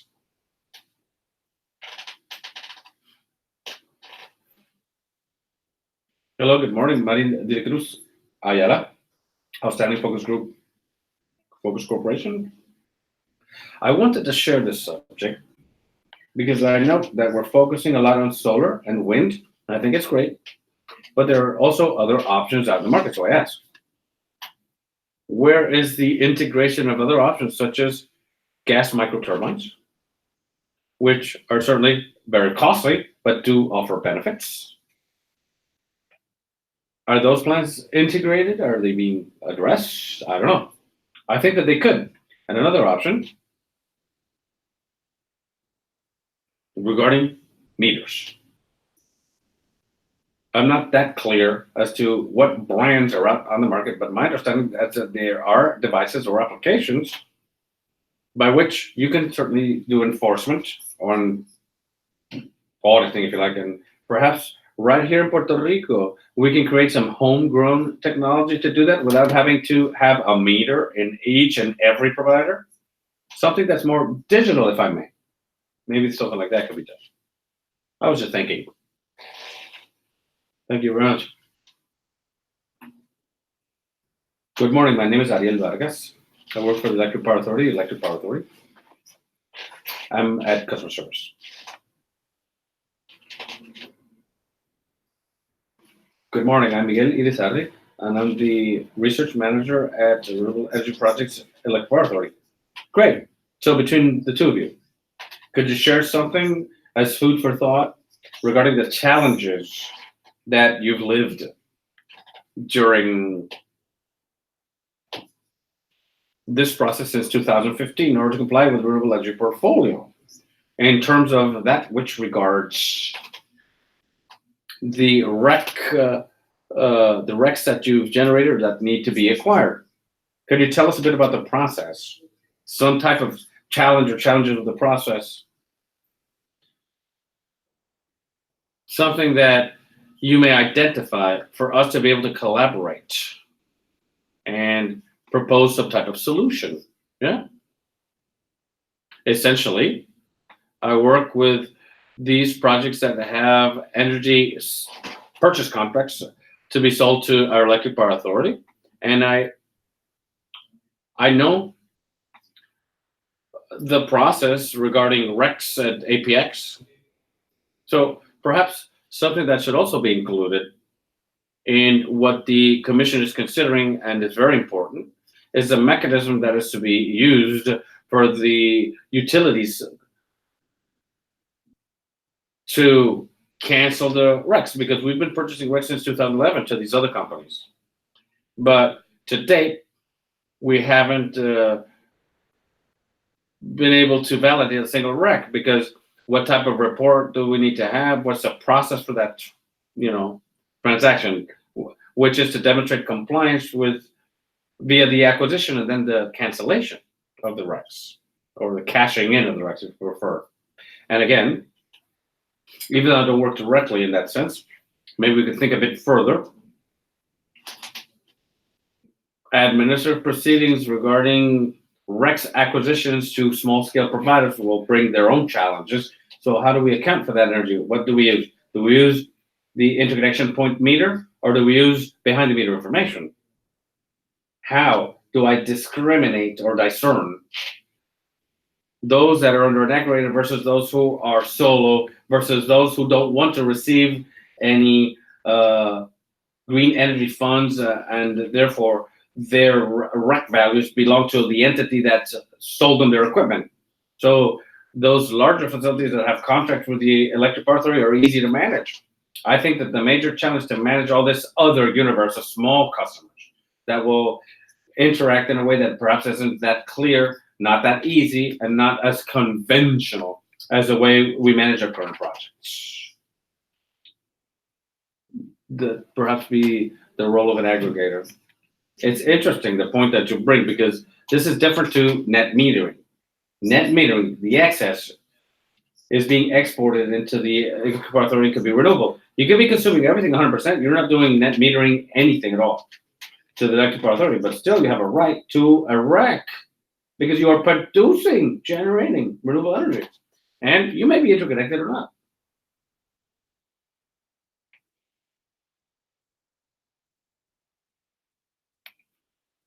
Good morning, Yvette Denise Sanchez. I work at the Electric Power Authority in regulation and transmission distribution procedures, and we've been here in all the prior venues because we're listening to all the information, the discussion, the challenges, and how to manage all of this, because then internally we will have to make our own procedures and standards as to how to manage everything internally. So that's why we're here. And I'd be kind of to share, and I know that we've discussed in the past, for example, the effect or the impact of an alternative compliance payment. For example, they could be fines, what have you. What happens with that money? Sure. In other opportunities, we've discussed this issue, which is of our concern, the fines that may be imposed upon the electric power authority, and therefore, or whatever you call in the future, the utility, because all those costs that the electric power authority has to absorb, be they fines or any work that has to be done in terms of increasing hosting capacity, that feeders need to be able to have in order to accept these types of projects. All of those costs that the electric power authority has to incur will then have to transfer to customers. And that's the part of our concern, because then it would be customers who would be penalized, those who lack this type of generation, because of those customers who do have it, in order to our system to be able to maintain, keep itself safe and dependable. And the same thing happens with fines and other penalties that may be imposed on the electric power authority, will then have to transfer to customers, and that's an area of concern for us. Thank you. The lady in the back. Good morning, everyone. My name is Amesaya Cardona. I am attorney. I'm from Adjuntas. I'm here as an attorney to learn, because I'm working for the organization and the creation of the Hydroelectric Co-op of the Mountains, as we know it in Spanish, in Adjuntas. And I'm concerned about the regulations that are still in diapers. We have another workshop on August 16th and 30th, and it seems to be pretty appealed to end up with so many concerns, challenges, certain uncertainty and ambivalence regarding the regs. I'm here to learn. These workshops we've held to, and we are providing the opportunity to the citizenry to tell us the types of concerns that they have in order to capture their concerns, in order to put together regulations that are in accordance with what we've heard. That's why we have these workshops. And before I let you go, do you have any concerns that you may share with the group with regards to the development that you're doing in your community? Certainly. For example, yesterday, I was asking Maribel, who has been working with us for years, if we're working for the municipalities of Adjuntas, Jayuya, and Utuado, how could the process be as a co-op, given that the Co-op Act of October 14, 2018, everything is recent, it's not regulated yet, and we don't know how that process is going to be. How is it going to be administrated? What we're going to do with each citizen, will some be apart? How are we going to be regulated, if we're going to be regulated? And these are things that should be done in writing, because to discuss it in other workshops would be great to be able to get the transcripts. Council, regarding that concern, the Commissioner Bureau has already held public hearings in terms of the co-op regulations. And I think that there's a particular time frame to be able to present commentaries. It's a different docket, but I was present. The co-op regulations, and there was the Utuado folks and COSEC and other entities and the league, they all appeared. Various co-ops. Good morning, my name is Mariela Hernandez. I'm community coordinator for United for Utuado, and we're here to learn. This is all new, and we want to become familiar with the subject. Thank you.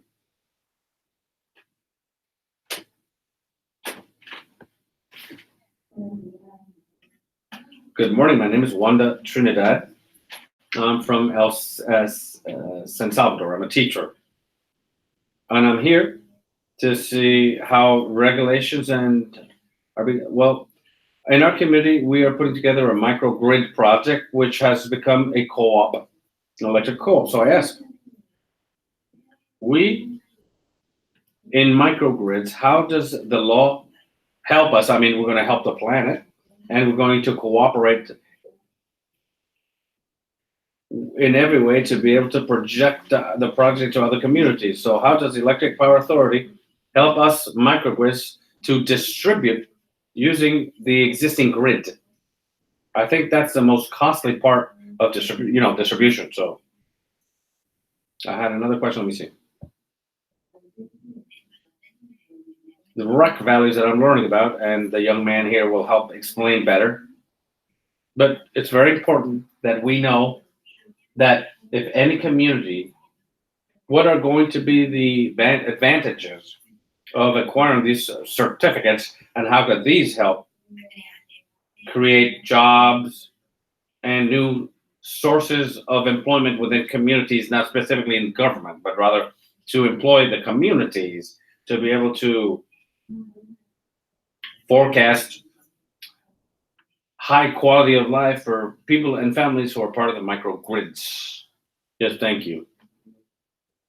Good afternoon. Well, good morning, Carlos Pares. I'm going to talk in my personal capacity, and I very highly share our Electric Power Authority colleagues' concerns in the sense of the market. I don't believe in regulations that much, but their law calls for regulations, and but we really have to think about the regulated. Who is being regulated? Those who sell, those who buy. What are the applicable standards? Because the consumers who don't necessarily have the most sophisticated knowledge base regarding the subject would require certain disclosures to ensure protections for what? For stability, for trust. So I recommend, beyond recommending this or that, I would recommend, even though this is to be discussed later, but the certainty, continuity, stability, the basic principles under which we can have certain rules, and certainly the Bureau will determine what these are. But the basic principles that would then allow protection, because my practical experience has been that that contracts regulate, but if contracts don't say A, B, C, or C, but if you don't educate your customer, you end up with dubious ads, and then you end up with a consumer affairs advocate because you didn't inform the customer. So what can be done priorly,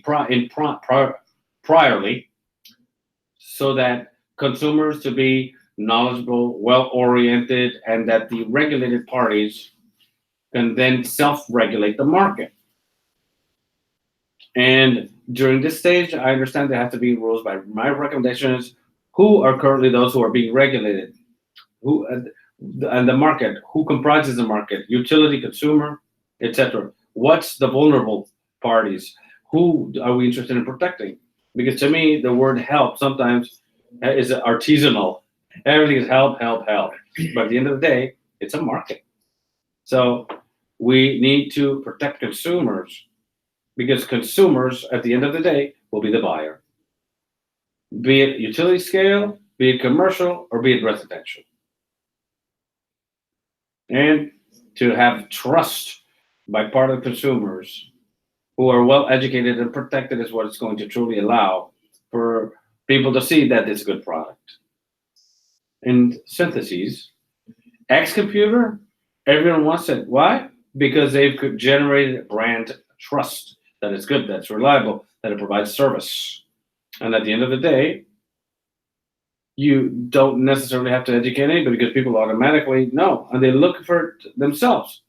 And that's the type of thing that we need to look for in terms of what's available, but also look to the past regarding past decisions by the courts, by the commission, and other laws that also preside upon this. So those small generators, how can we take up those small generators throughout the island, some of which may know and some of which may not, in order to capture that renewable energy and certificates in order to comply with the renewable energy portfolio? How does that transition occur? Because small folks, 4 kilos, are generating energy nevertheless. At the end of the day, to understand how the sales pitch is done, like you well said, and like the Electric Power Authority colleague said, the consumers aren't necessarily well oriented, and oftentimes, sales are, hot knocking door to door of your leads. So how do you reach customers? Not necessarily are they educated in this type of contract.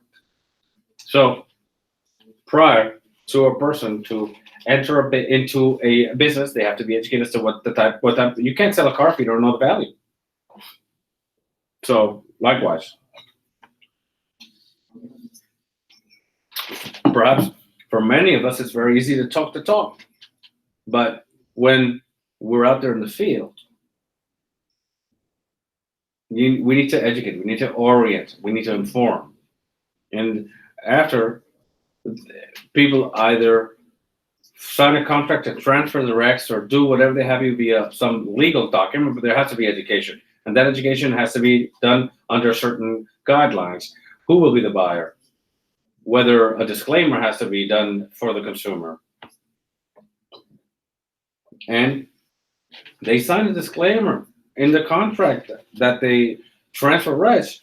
And at the end of the day, that'll prevent a lot of headaches and will give some certainty. Thank you. Hello, good morning. My name is Jomari Rivera Matos. I'm a doctoral student under the State University of Arizona at the Energy and Society Center, and I'm here to learn. Thank you. Do you have any experience with Arizona in terms of the REC market? No, not in Arizona. But my particular interest here in Puerto Rico is to see how communities, Utuado, Jayuya, Juntas, communities who have been marginalized and been left out in terms of recovery and reconstruction, especially post-Hurricane Maria, how they could join this market. There has to be a specific structure in order to join, or whomever wants to purchase these RECs can do so. So I'd like to hear a bit more about that. Yeah, thank you. Good morning. My name is Vicente Bueller. I came to Puerto Rico to create a startup to finance solar system by crowdfunding. I'd like to hear more what solar systems can add value to customers who are going to help. I also work with Nico in a Dex Create project.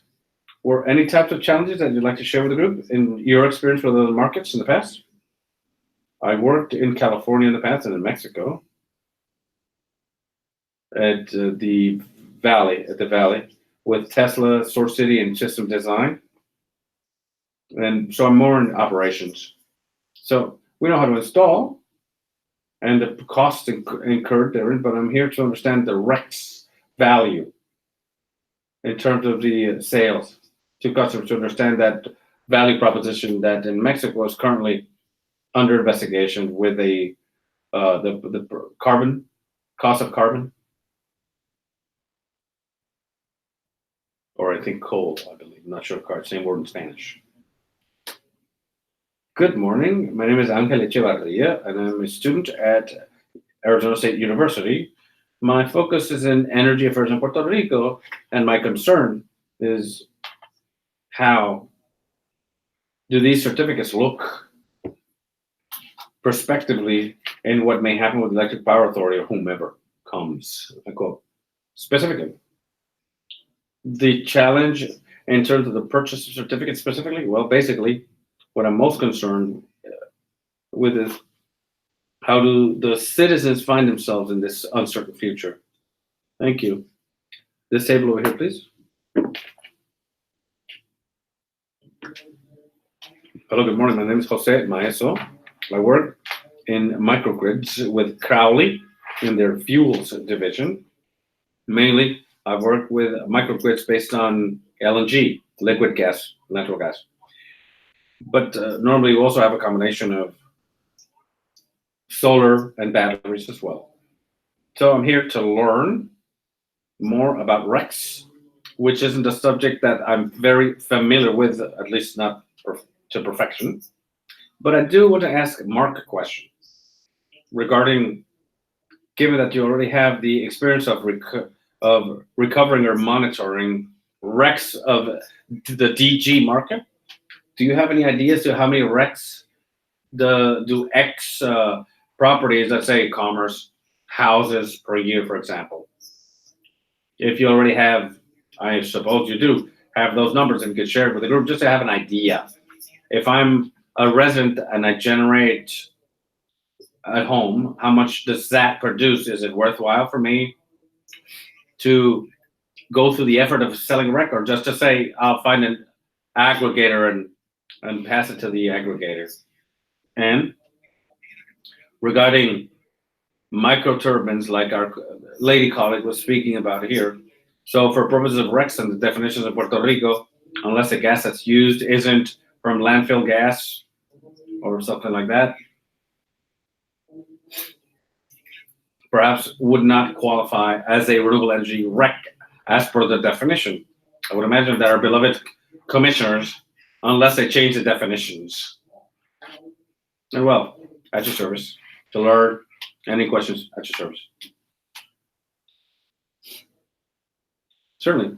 I think that the best way of answering your question, if I understood it correctly, is what could this all mean for the owner of a DG, a commercial? Well, I think a good example would be the average residential system is about 5 kilos average.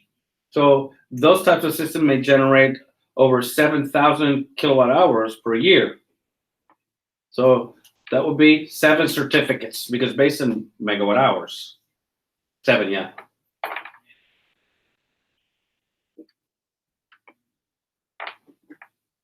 So 1.53. The value, yes, yeah. Those comments made away from the microphone cannot be heard. Remember to use the microphone.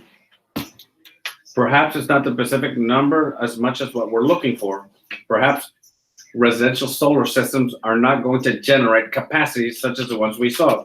Because in AES, we saw that they generate 3,000, and we have a house that generates 7, 3 different orders of magnitude. I think that the point that we're trying to underscore is the impact individually, right, is very small. Well, if I could add, it might sound small, but if they're $35 each, right? So based upon what we pay under contracts for RECs nowadays, we're talking about $245 per individual. And in just that example of that customer, perhaps that could be 2 months of light bills without having the solar system, right? So it is significant, right? How viable is it for an individual to enter the market? I think that's where aggregators come in, or developers themselves, whomever sold the system, may have a role to play actively.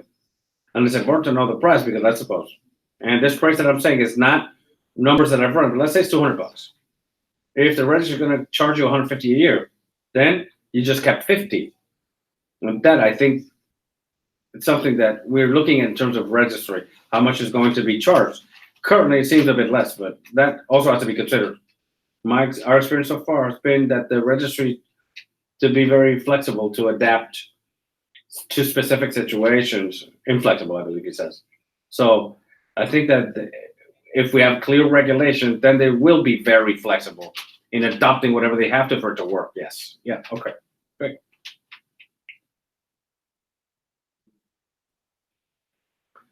Yes. Good morning, everyone. My name is Carlos Reyes with Ecoelectrica. I'm here because I'm interested in educating myself regarding market developments and their potential implications into our future business.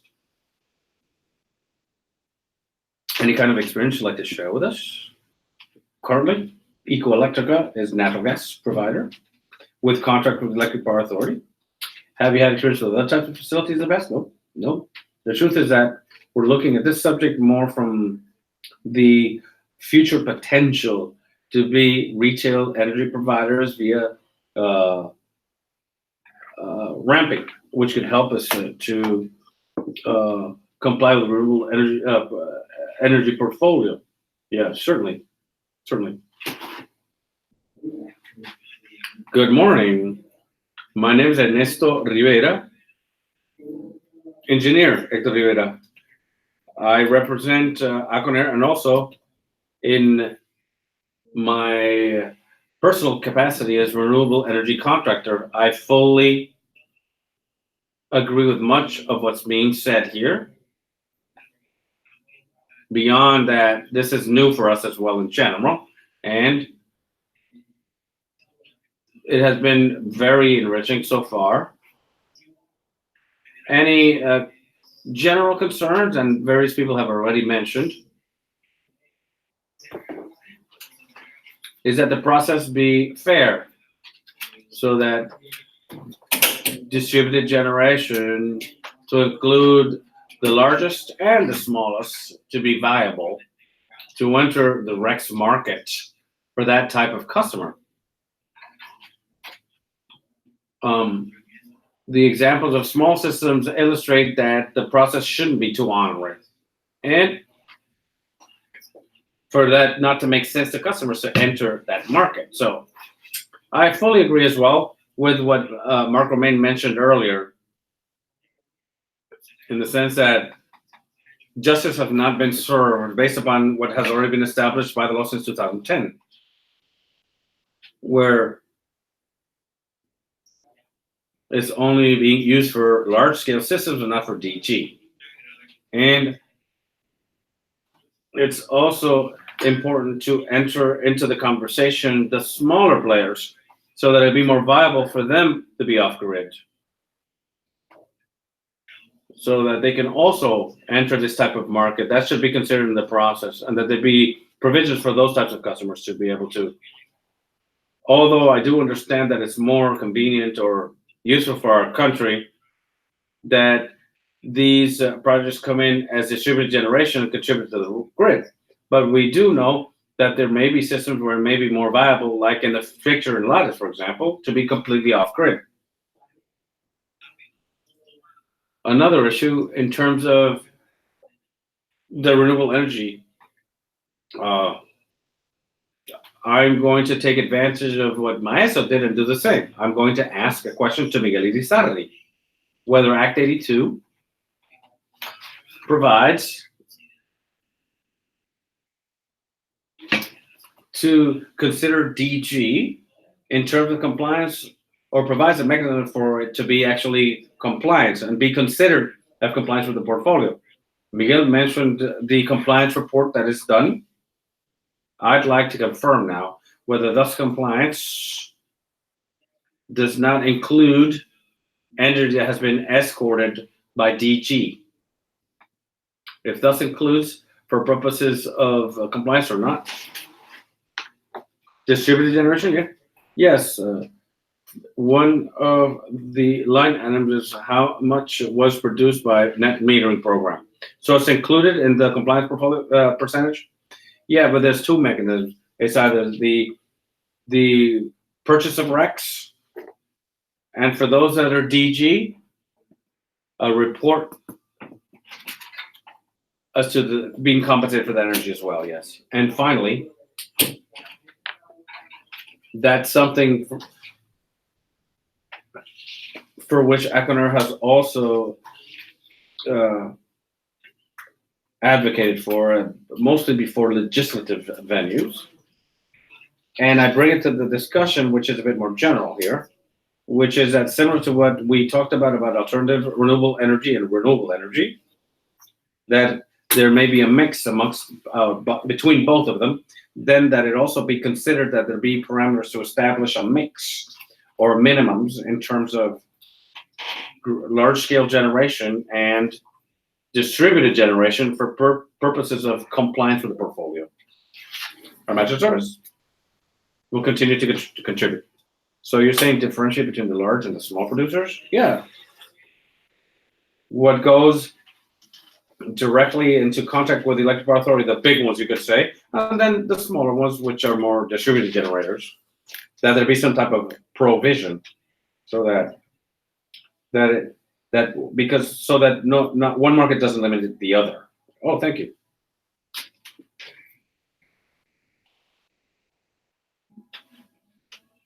Good morning, my name is Ada Torres Ramirez. I'm here in my personal capacity, and I'm interested in the operational aspects regarding distributed generation projects and how that coincides with how the RECs are going to be managed in this case. And I'd like to also take advantage of the opportunity to perhaps address some of the concerns that I've heard, because I've been reading about this for quite a while. With regards to RECs, RECs are the mechanism that the EPA, Environmental Protection Agency, to certify that energy produced is renewable, that is lower in emissions, and even though it doesn't do a direct calculation as to the amount of emissions that it's mitigating, it's presumed or assumed that it displaces other alternatives such as fossil fuels.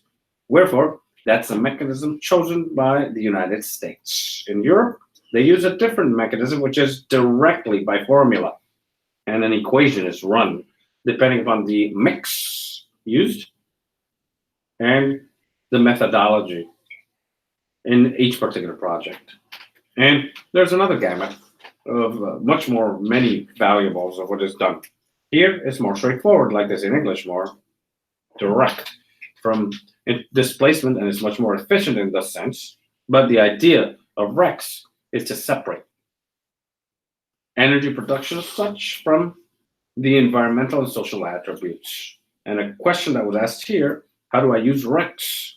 RECs are the mechanism in order to comply with Act 5, in order to prevent a company to do greenwashing, right?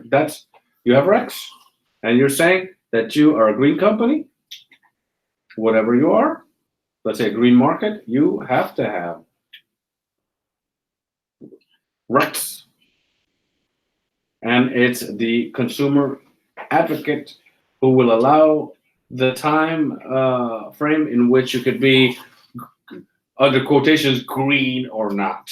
And that's also the mechanism that's used to educate the population. Because at the time in which you market yourself as environmentally responsible based upon that environmental attribute, you're also socially educated.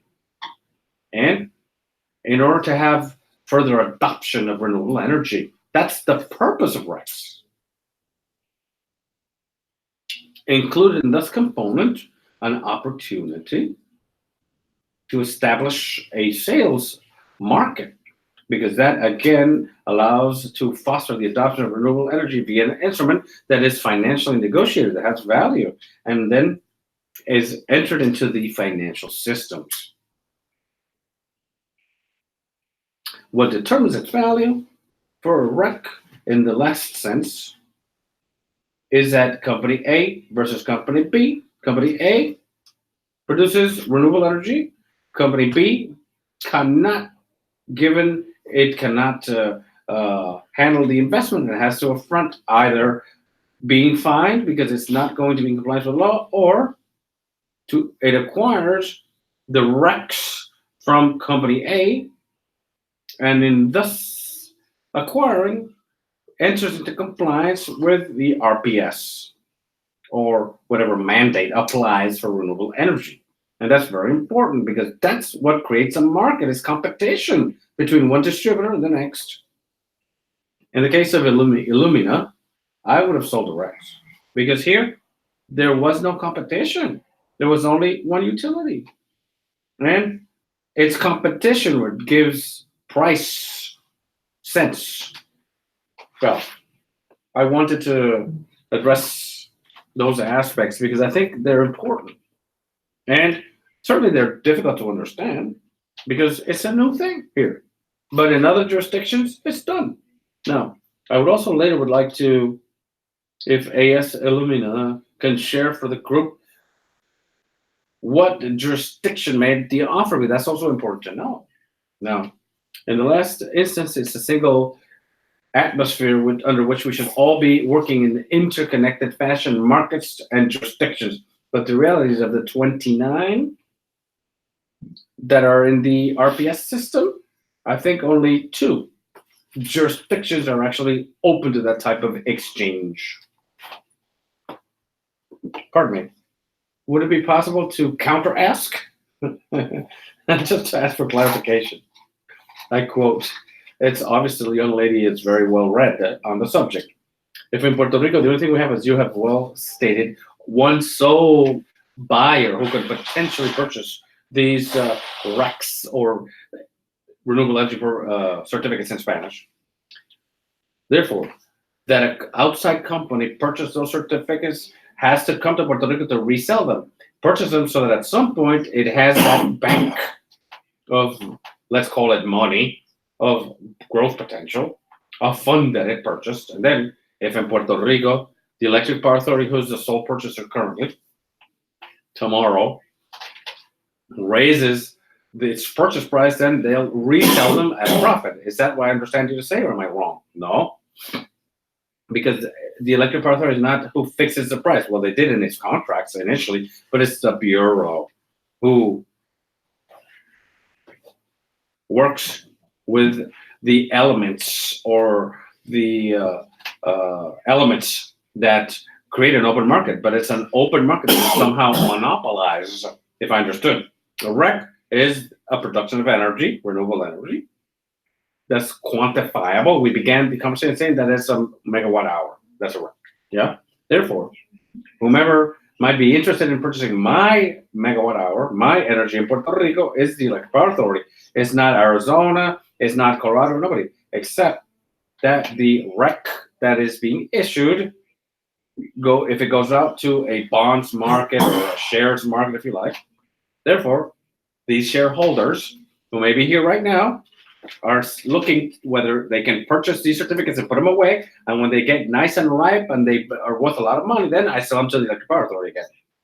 Be it because the Electric Power Authority or the Bureau decided to increase the prices for whatever reason, in such a way that what we have is Or are people outside of Puerto Rico in the free market purchasing a product just waiting for it to increase in price or for an improvement? And if I'm correct, then that has to be controlled. We have to arbitrate, if you like, because there's two issues. One, small, with its microgrid, which could certainly purchase certificates if it requires more energy for its population. Or am I wrong?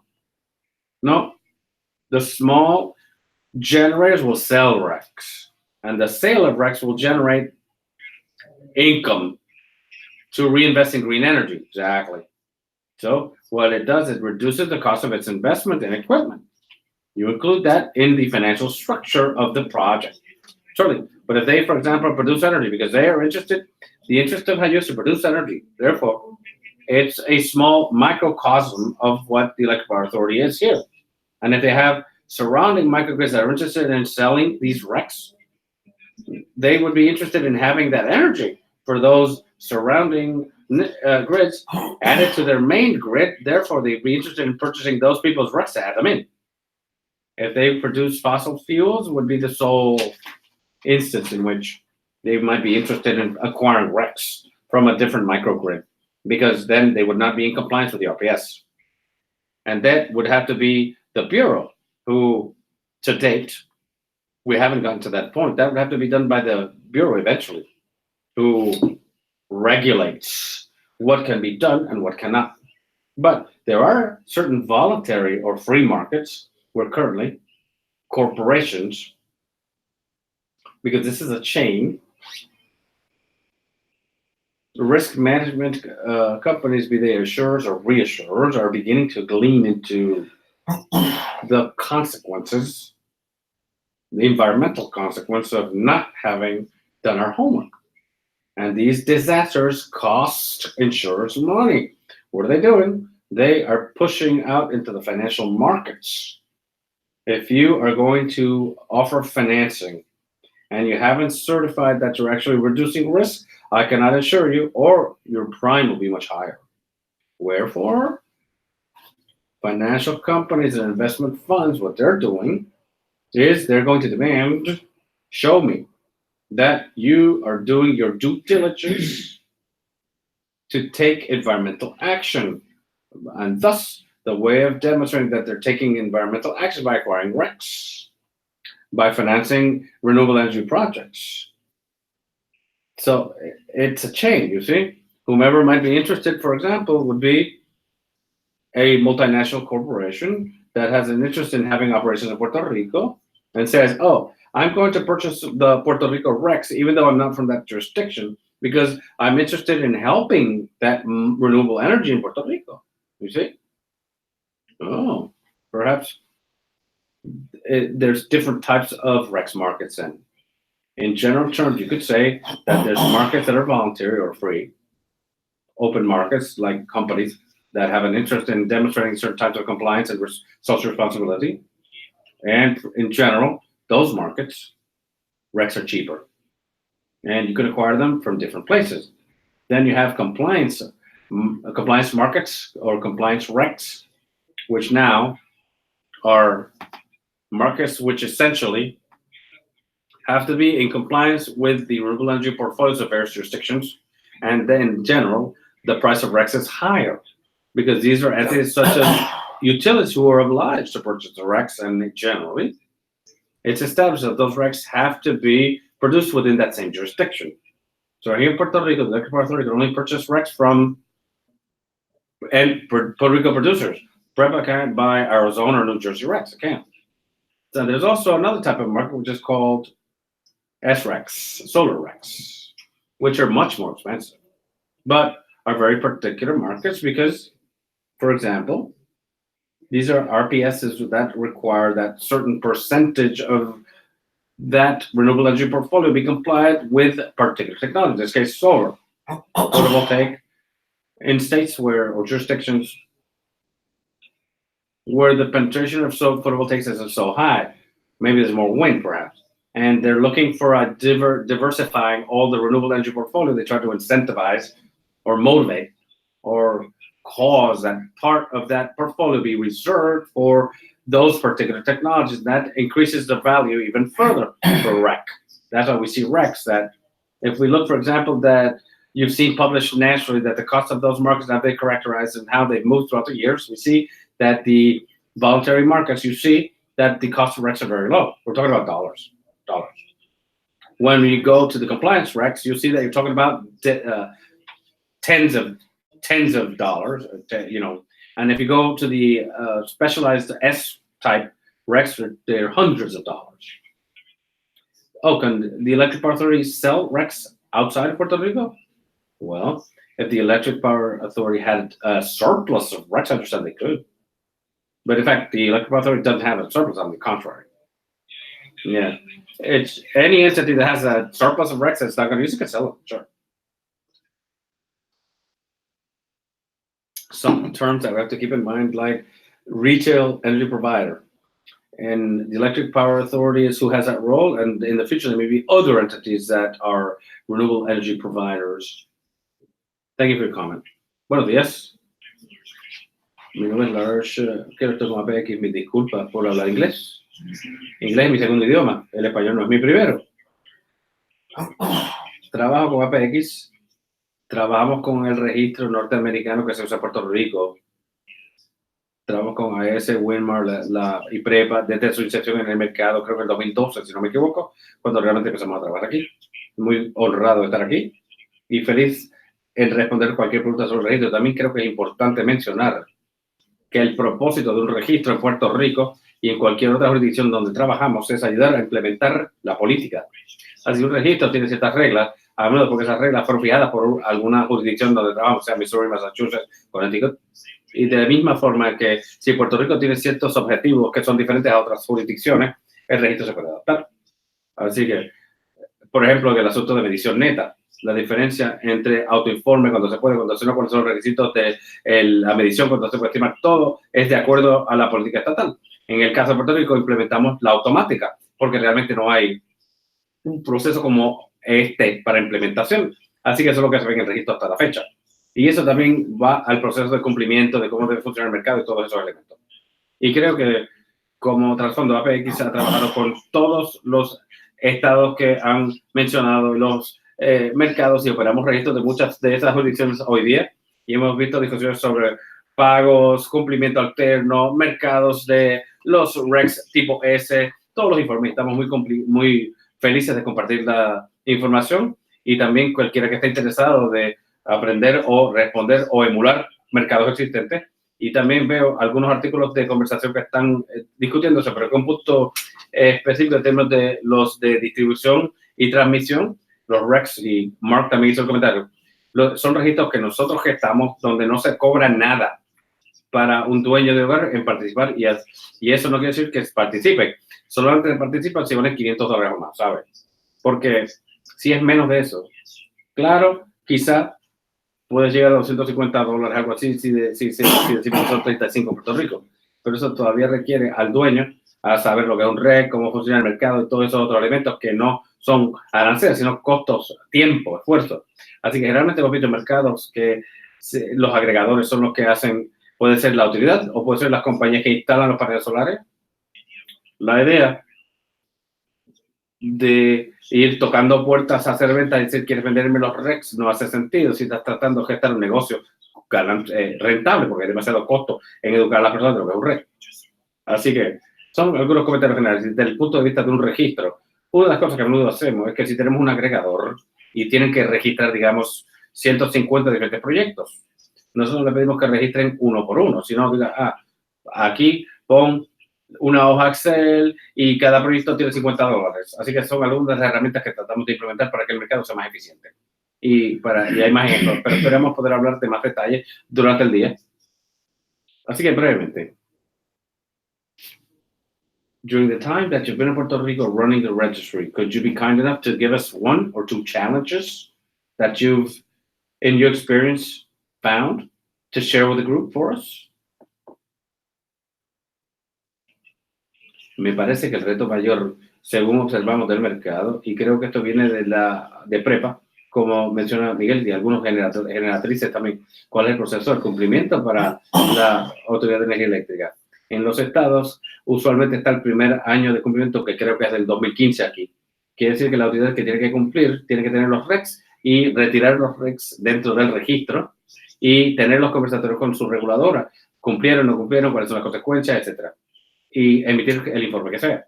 Y me parece que llegamos a un paso en el último conversatorio de más o menos 2012-2013, cuando comenzamos a ir a ese paso de cuál debe ser. Implementaron algunas herramientas de registro para que lo puedas hacer, pero como que paró allí. Y creo que eso puso un tropiezo en el mercado y creo que es parte de la razón por la cual no se ha desarrollado el mercado hasta la fecha.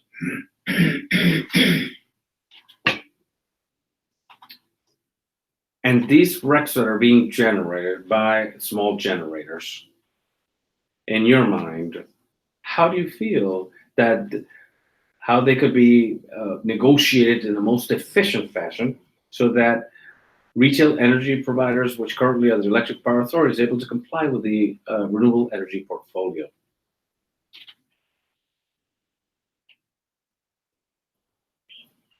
De trabajar con los mercados de RECs en general, uno ve una conexión directa entre las utilidades y los generadores.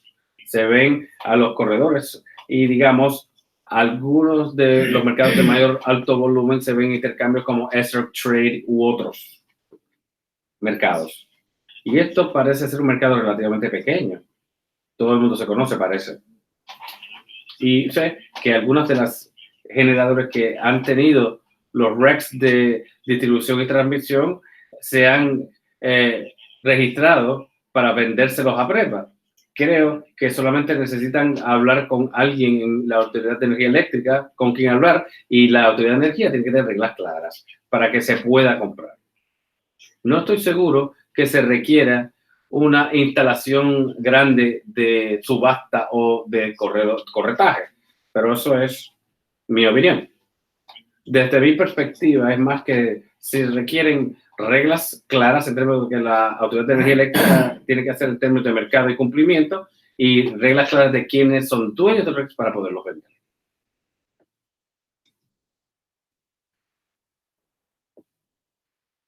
Fantastic, thank you very much.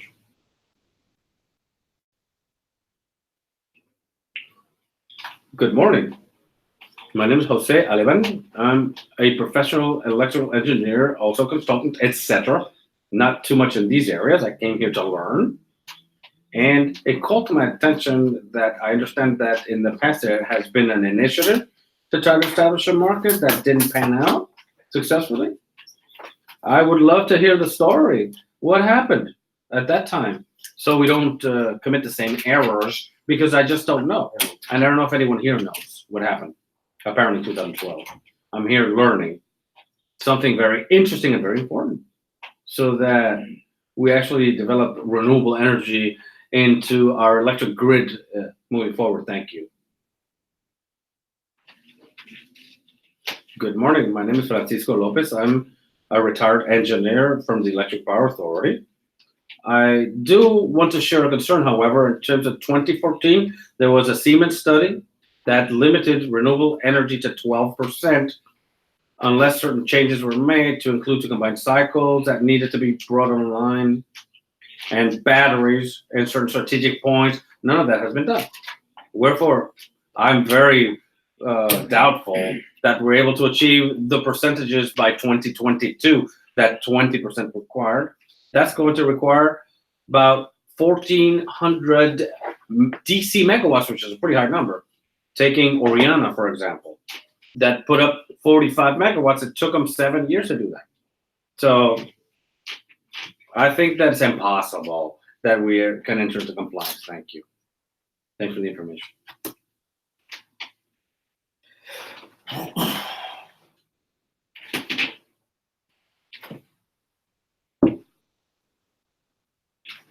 Good morning, Craig Boyd. Estoy aquí para aprender. He estado empleado en la Departamento de Energía en el Laboratorio de Organización y soy economista y ingeniero. Y esto ha sido fascinante porque es la intersección entre la economía y el ámbito eléctrico.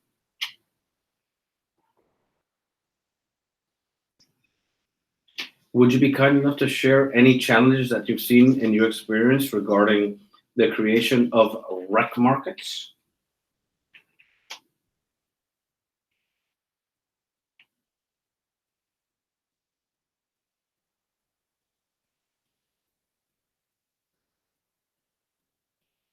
Bueno, Puerto Rico tiene unos retos especiales en cuanto a tener una autoridad que está bajo bancarrota del título 3, que no puede costear los avances tecnológicos requeridos para entrar en cumplimiento y para pagar por los RECs. Así que tenemos un problema de un comprador en bancarrota. Así que cualquier cosa que se pueda hacer para facilitar, dar valor a los RECs y poder mercadearse fuera de Puerto Rico podría ser una ventaja para la Autoridad de Energía Eléctrica y una ventaja para los generadores de energía que quieren vender los RECs.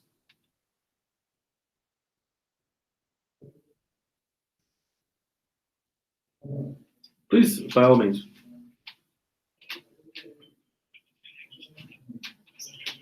I have a question. Maybe I should speak in English, or in Spanish, or in English, or Spanish. The Electric Power Authority stated recently that it shall not have the capacity to sell RECs for a long time, aside from their financial situation that you have well described.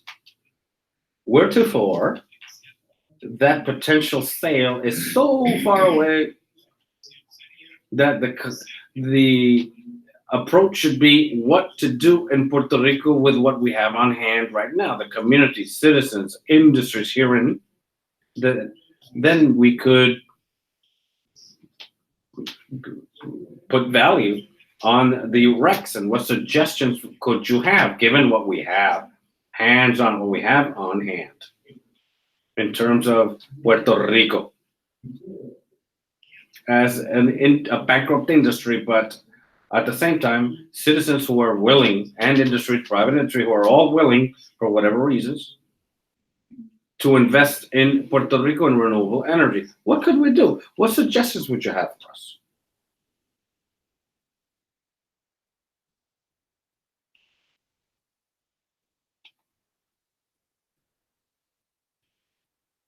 Financien fuera de la isla. Traten de tener diferentes entidades que sean dueños de los activos, que no sean de la isla, que facilite la venta de créditos contributivos y el asunto de depreciación de bonos y la ITC de energía en aquellos mercados fuera de la isla, que es donde tienen valor y lo puedan hacer. No creo que hay alguna manera viable económica de financiar los proyectos de energía renovable aquí en Puerto Rico, y cuando se contemplan las tasas de interés que están pagando actualmente los proyectos, no es viable. Por ende, yo organizaría una entidad en Estados Unidos que sea la dueña del activo y que venda los créditos.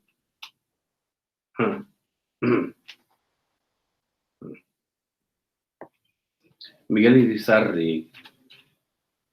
Some comments made by Francisco some moments ago.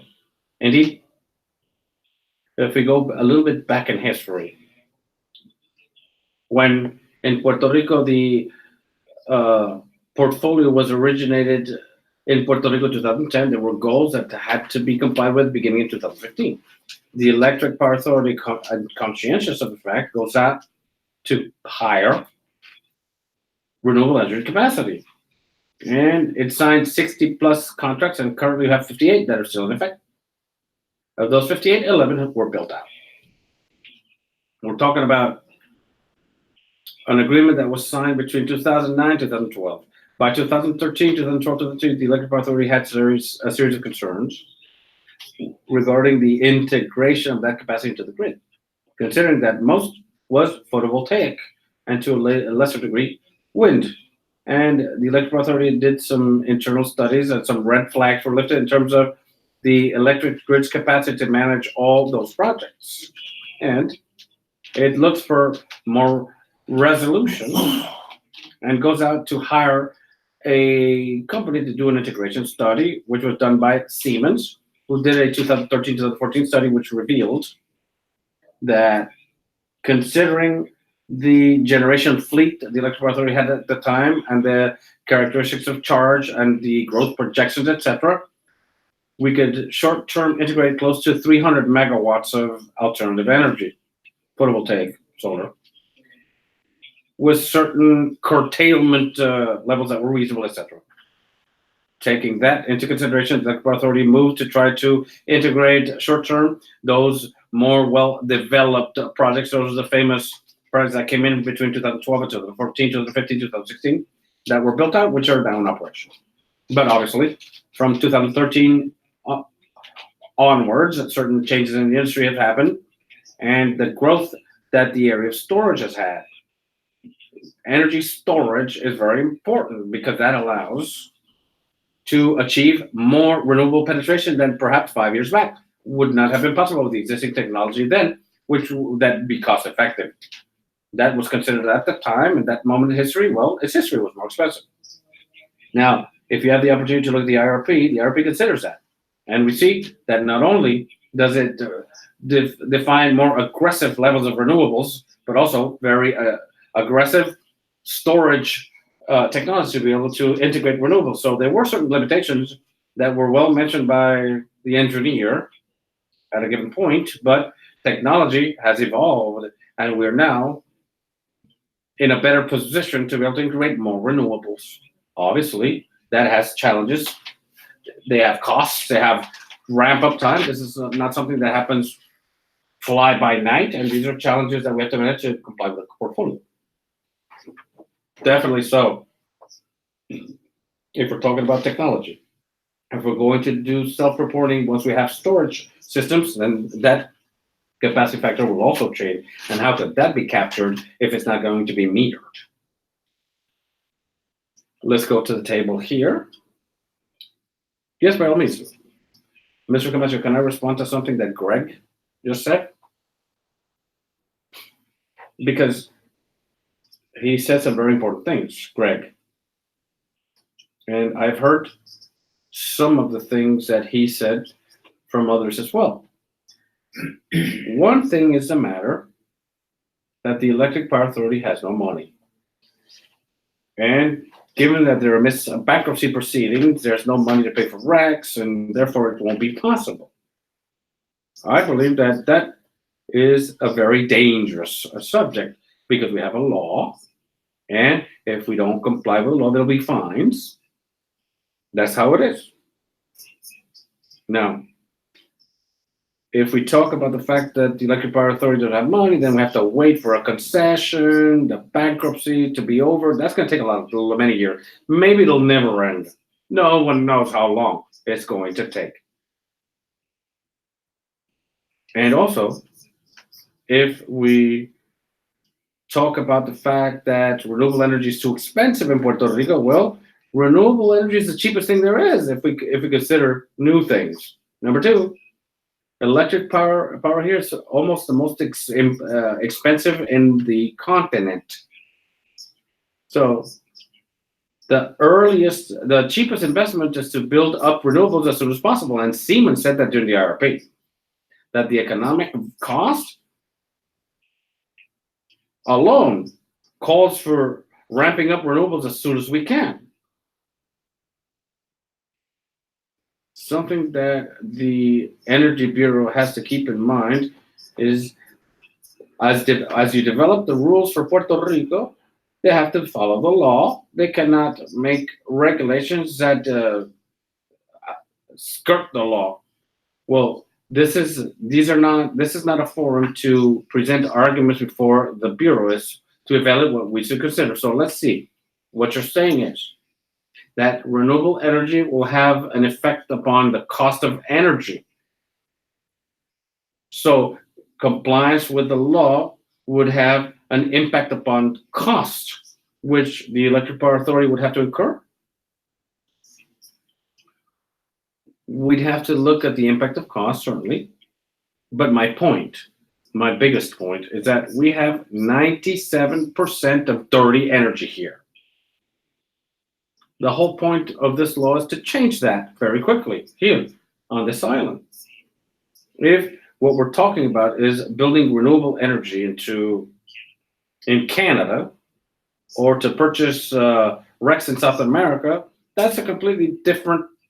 It would be a waste of money, and it's also against the law, not legal. We're talking about a law for Puerto Rico here, and that's why I hope we are not going to discuss the possibility that we can continue with 97% dirty, unrenewable energy forever and not change anything on the island, and to waste money on RECs from other places. I think what we're talking about is energy here in Puerto Rico only. Got it.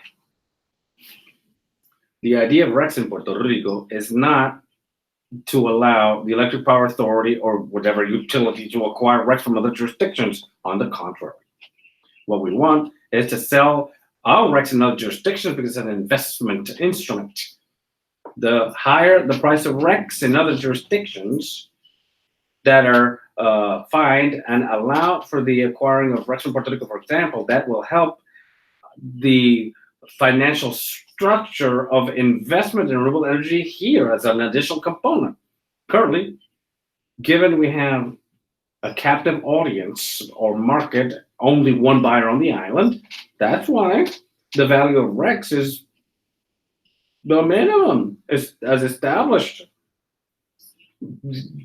in terms of the how it works against compliance payment. That's the sole driver. But if we're able to do a good job and make them attractive to the outside investment markets, that's an advantage for us. It's not that we're going to acquire RECs from other jurisdictions, because I would recommend the Bureau to not allow, for purpose of compliance, any RECs from any other jurisdictions, which is the same thing that all the other 29 jurisdictions who have RPS systems are not allowing outside purchases, because the whole point is to strengthen renewable energies within the jurisdiction.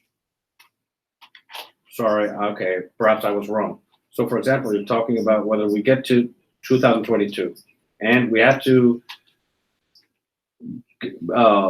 cash in RECs that represent 20%, but we have 25 or 30%, we can sell the extra RECs to generate. Okay, got it. Great, got it. I understand. Very good. Thank you very much. Let's go to this table, please.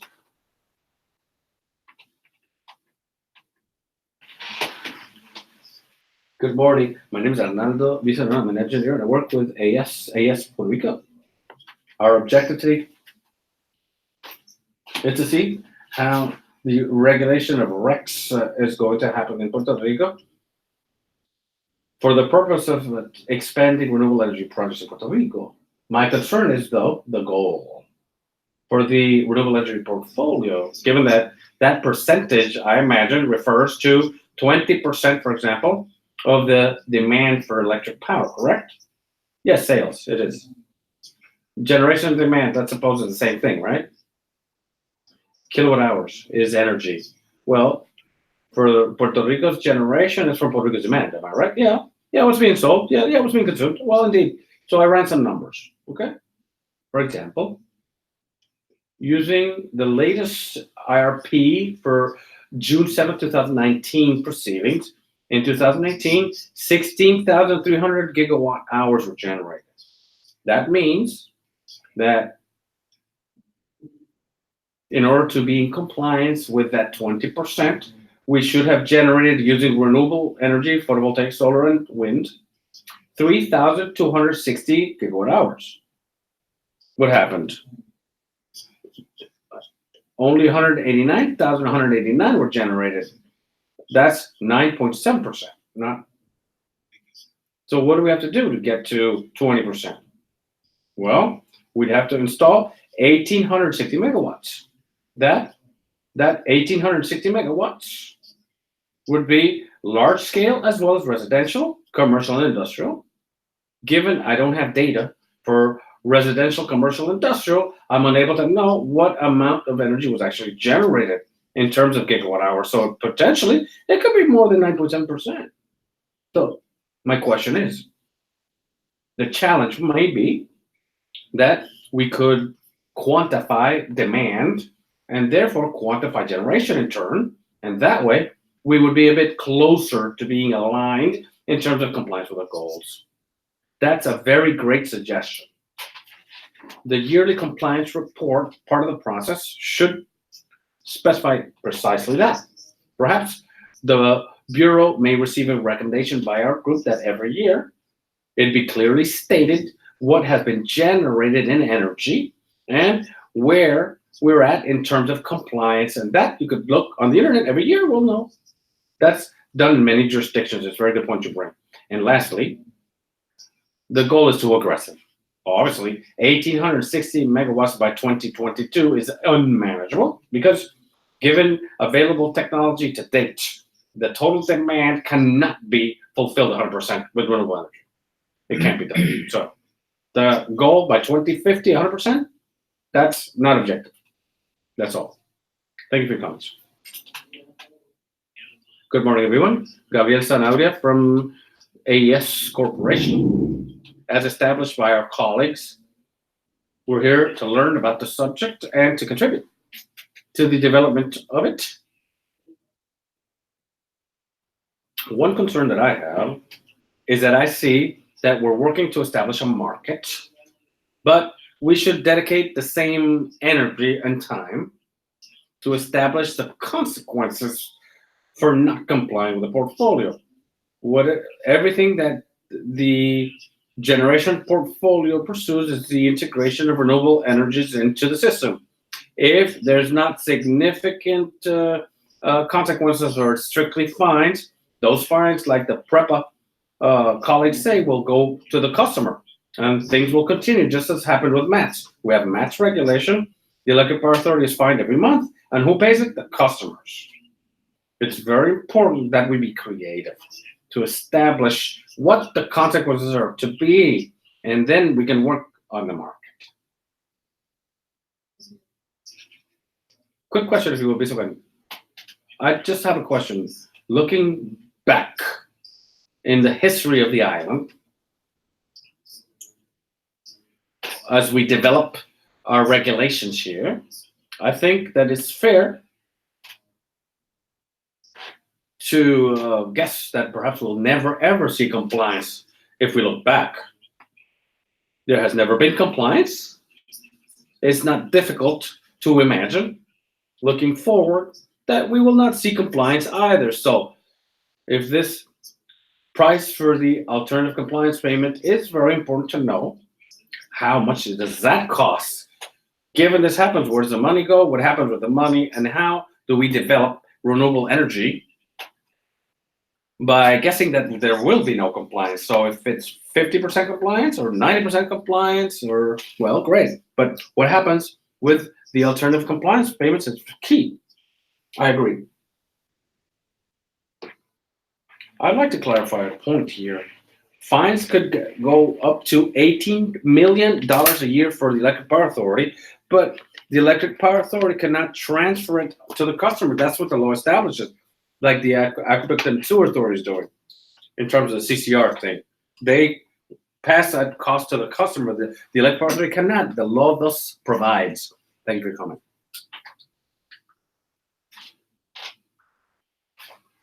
Good morning. My name is Ana Diaz, and I'm speaking here in my personal capacity. Any particular challenges you'd like to share with us?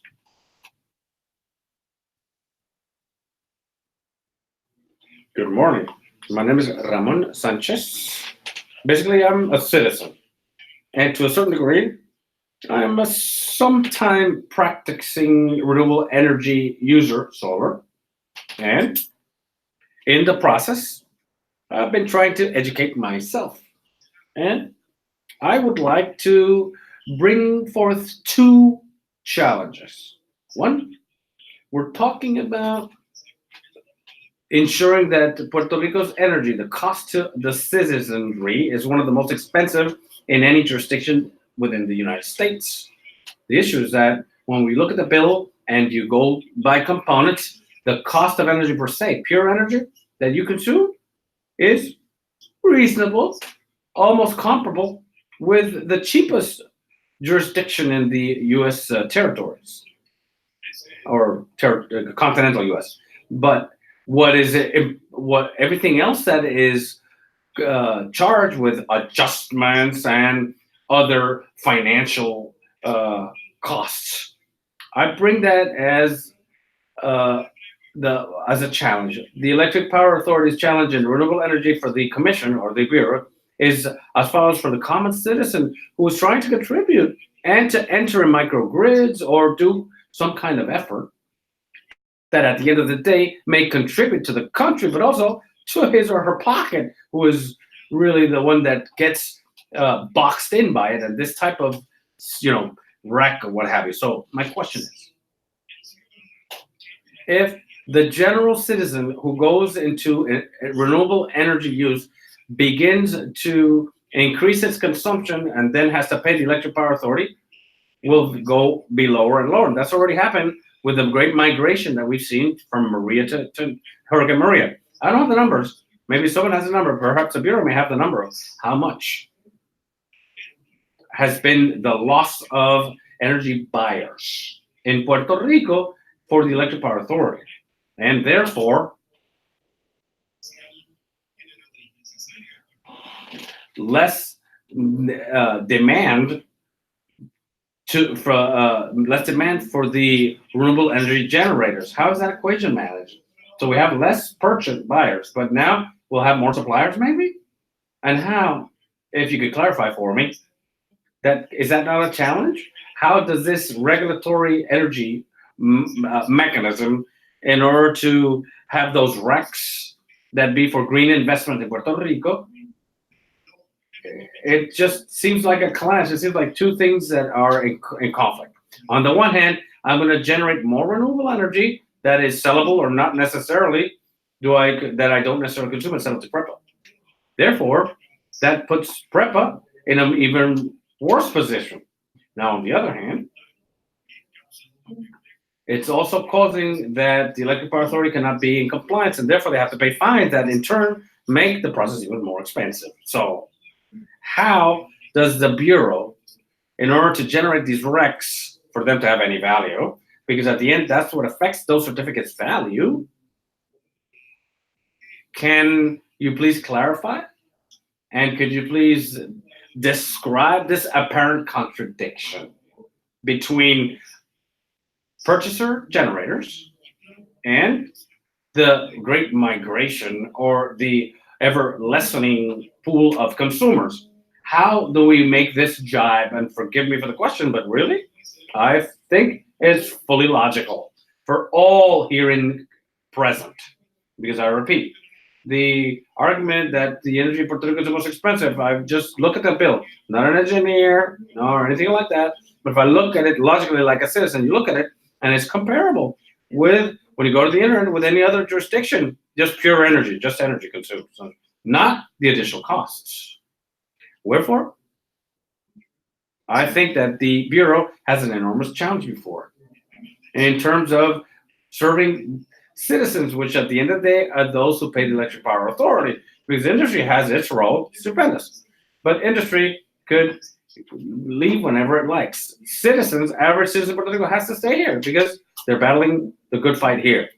And even worse, if we leave, even worse. Thank you for listening. No, thank you for identifying these challenges. And, well, the utility per se, who is serving the people of Puerto Rico, has different facets. This is the distribution and transmission facet. There's also the energy provision mandate, and these are all the various aspects that have to be evaluated differently because they have energy, non-energy. The utility also has to uphold the distribution and transmission infrastructure. Just a little additional information, given we're talking about energy.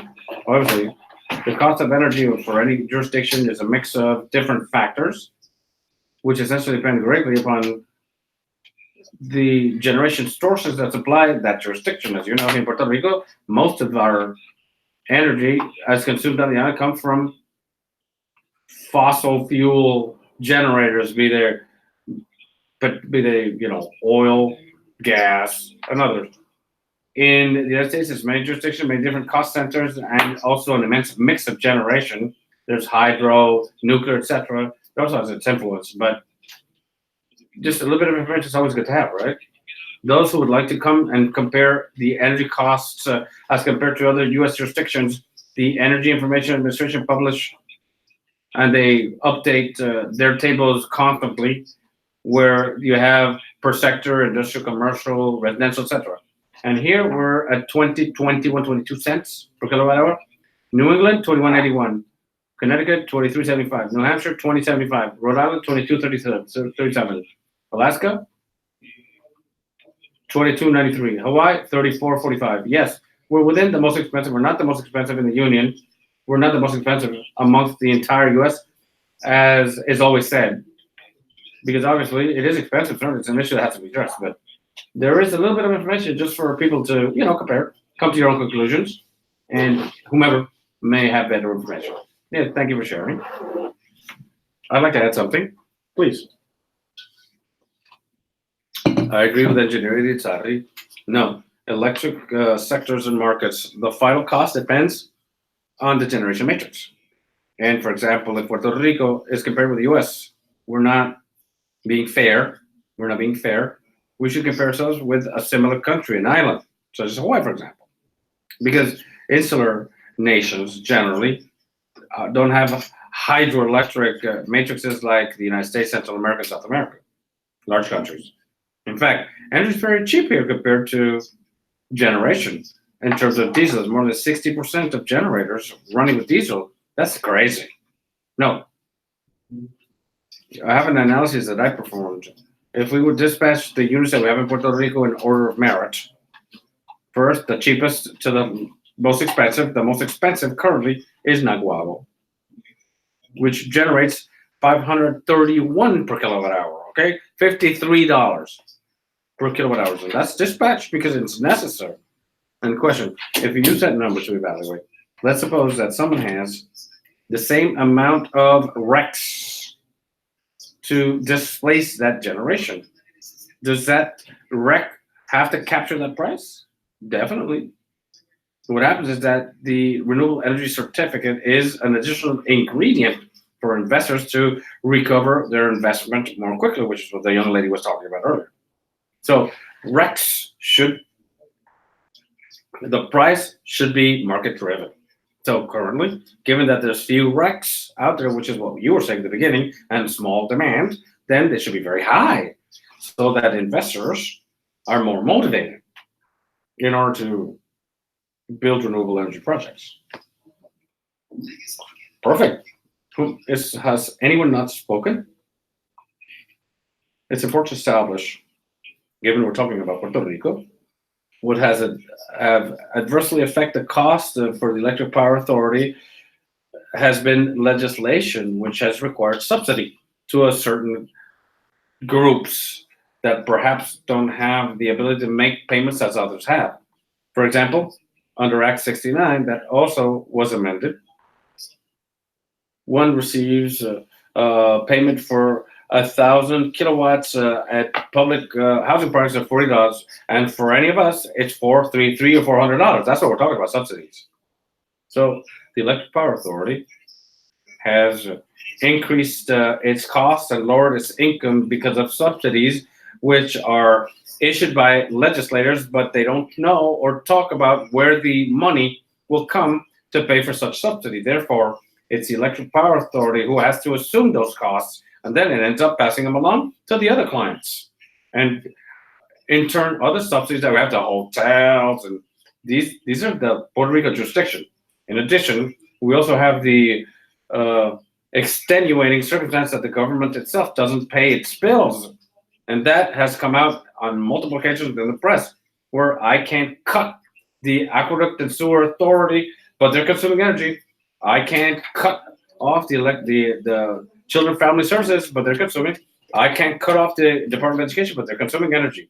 So there's no company in Puerto Rico nor anywhere in the world that could ever uphold itself without bankruptcy, when in fact its income aren't in accord with what it has to produce every day in terms of demand. I think that's a very good point. Would anyone else like to comment? Yes, I have a question, engineer. In fact, what you have just stated is what I think should be considered seriously as a very poignant argument that we bring before the citizens. You have very clearly stated the exhaustive costs that are not usual in private generators, right? So if the commission, if this bureau demands, in order to improve RECs in Puerto Rico, which is of another situation we have to deal with. So government, public housing projects notwithstanding, have to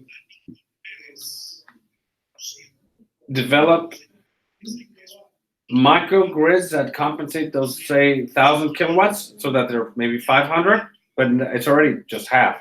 That is an open road, right? And that housing, etc., has to. And as far as I know, I'm not highly versed, but I've read a little. The laws here were modified for the development of Puerto Rico to modernize new housing projects, etc. They have a mandate of putting photovoltaic systems in, as well as alternative water systems as a requisite. But the problem is that you have the law on one hand, but enforcement, the making sure that it's executed, is not forthcoming. And I bring this as a note for our own comments, because this bureau, on behalf of the citizenry, in order to improve these RECs, which is one of the vehicles that could be used, should consider that the fining or the accounts payable when it's not compliant be enforced. Perhaps they can't achieve it with the government, but perhaps with private developers. That type of thing is upheld by law, but not enforcement. I think that the Bureau truly has the teeth, because we have to comply with a quota of production within X time period, and that's one vehicle which could be used to force developers, potentially, buildings, private housing projects, any structures that's being renovated, etc. I see that as an alternative, and I see it as a reality, and that's something that could help. Maybe I can close with this statement. Here we have two issues. We have industry, the production industry, in industry in general.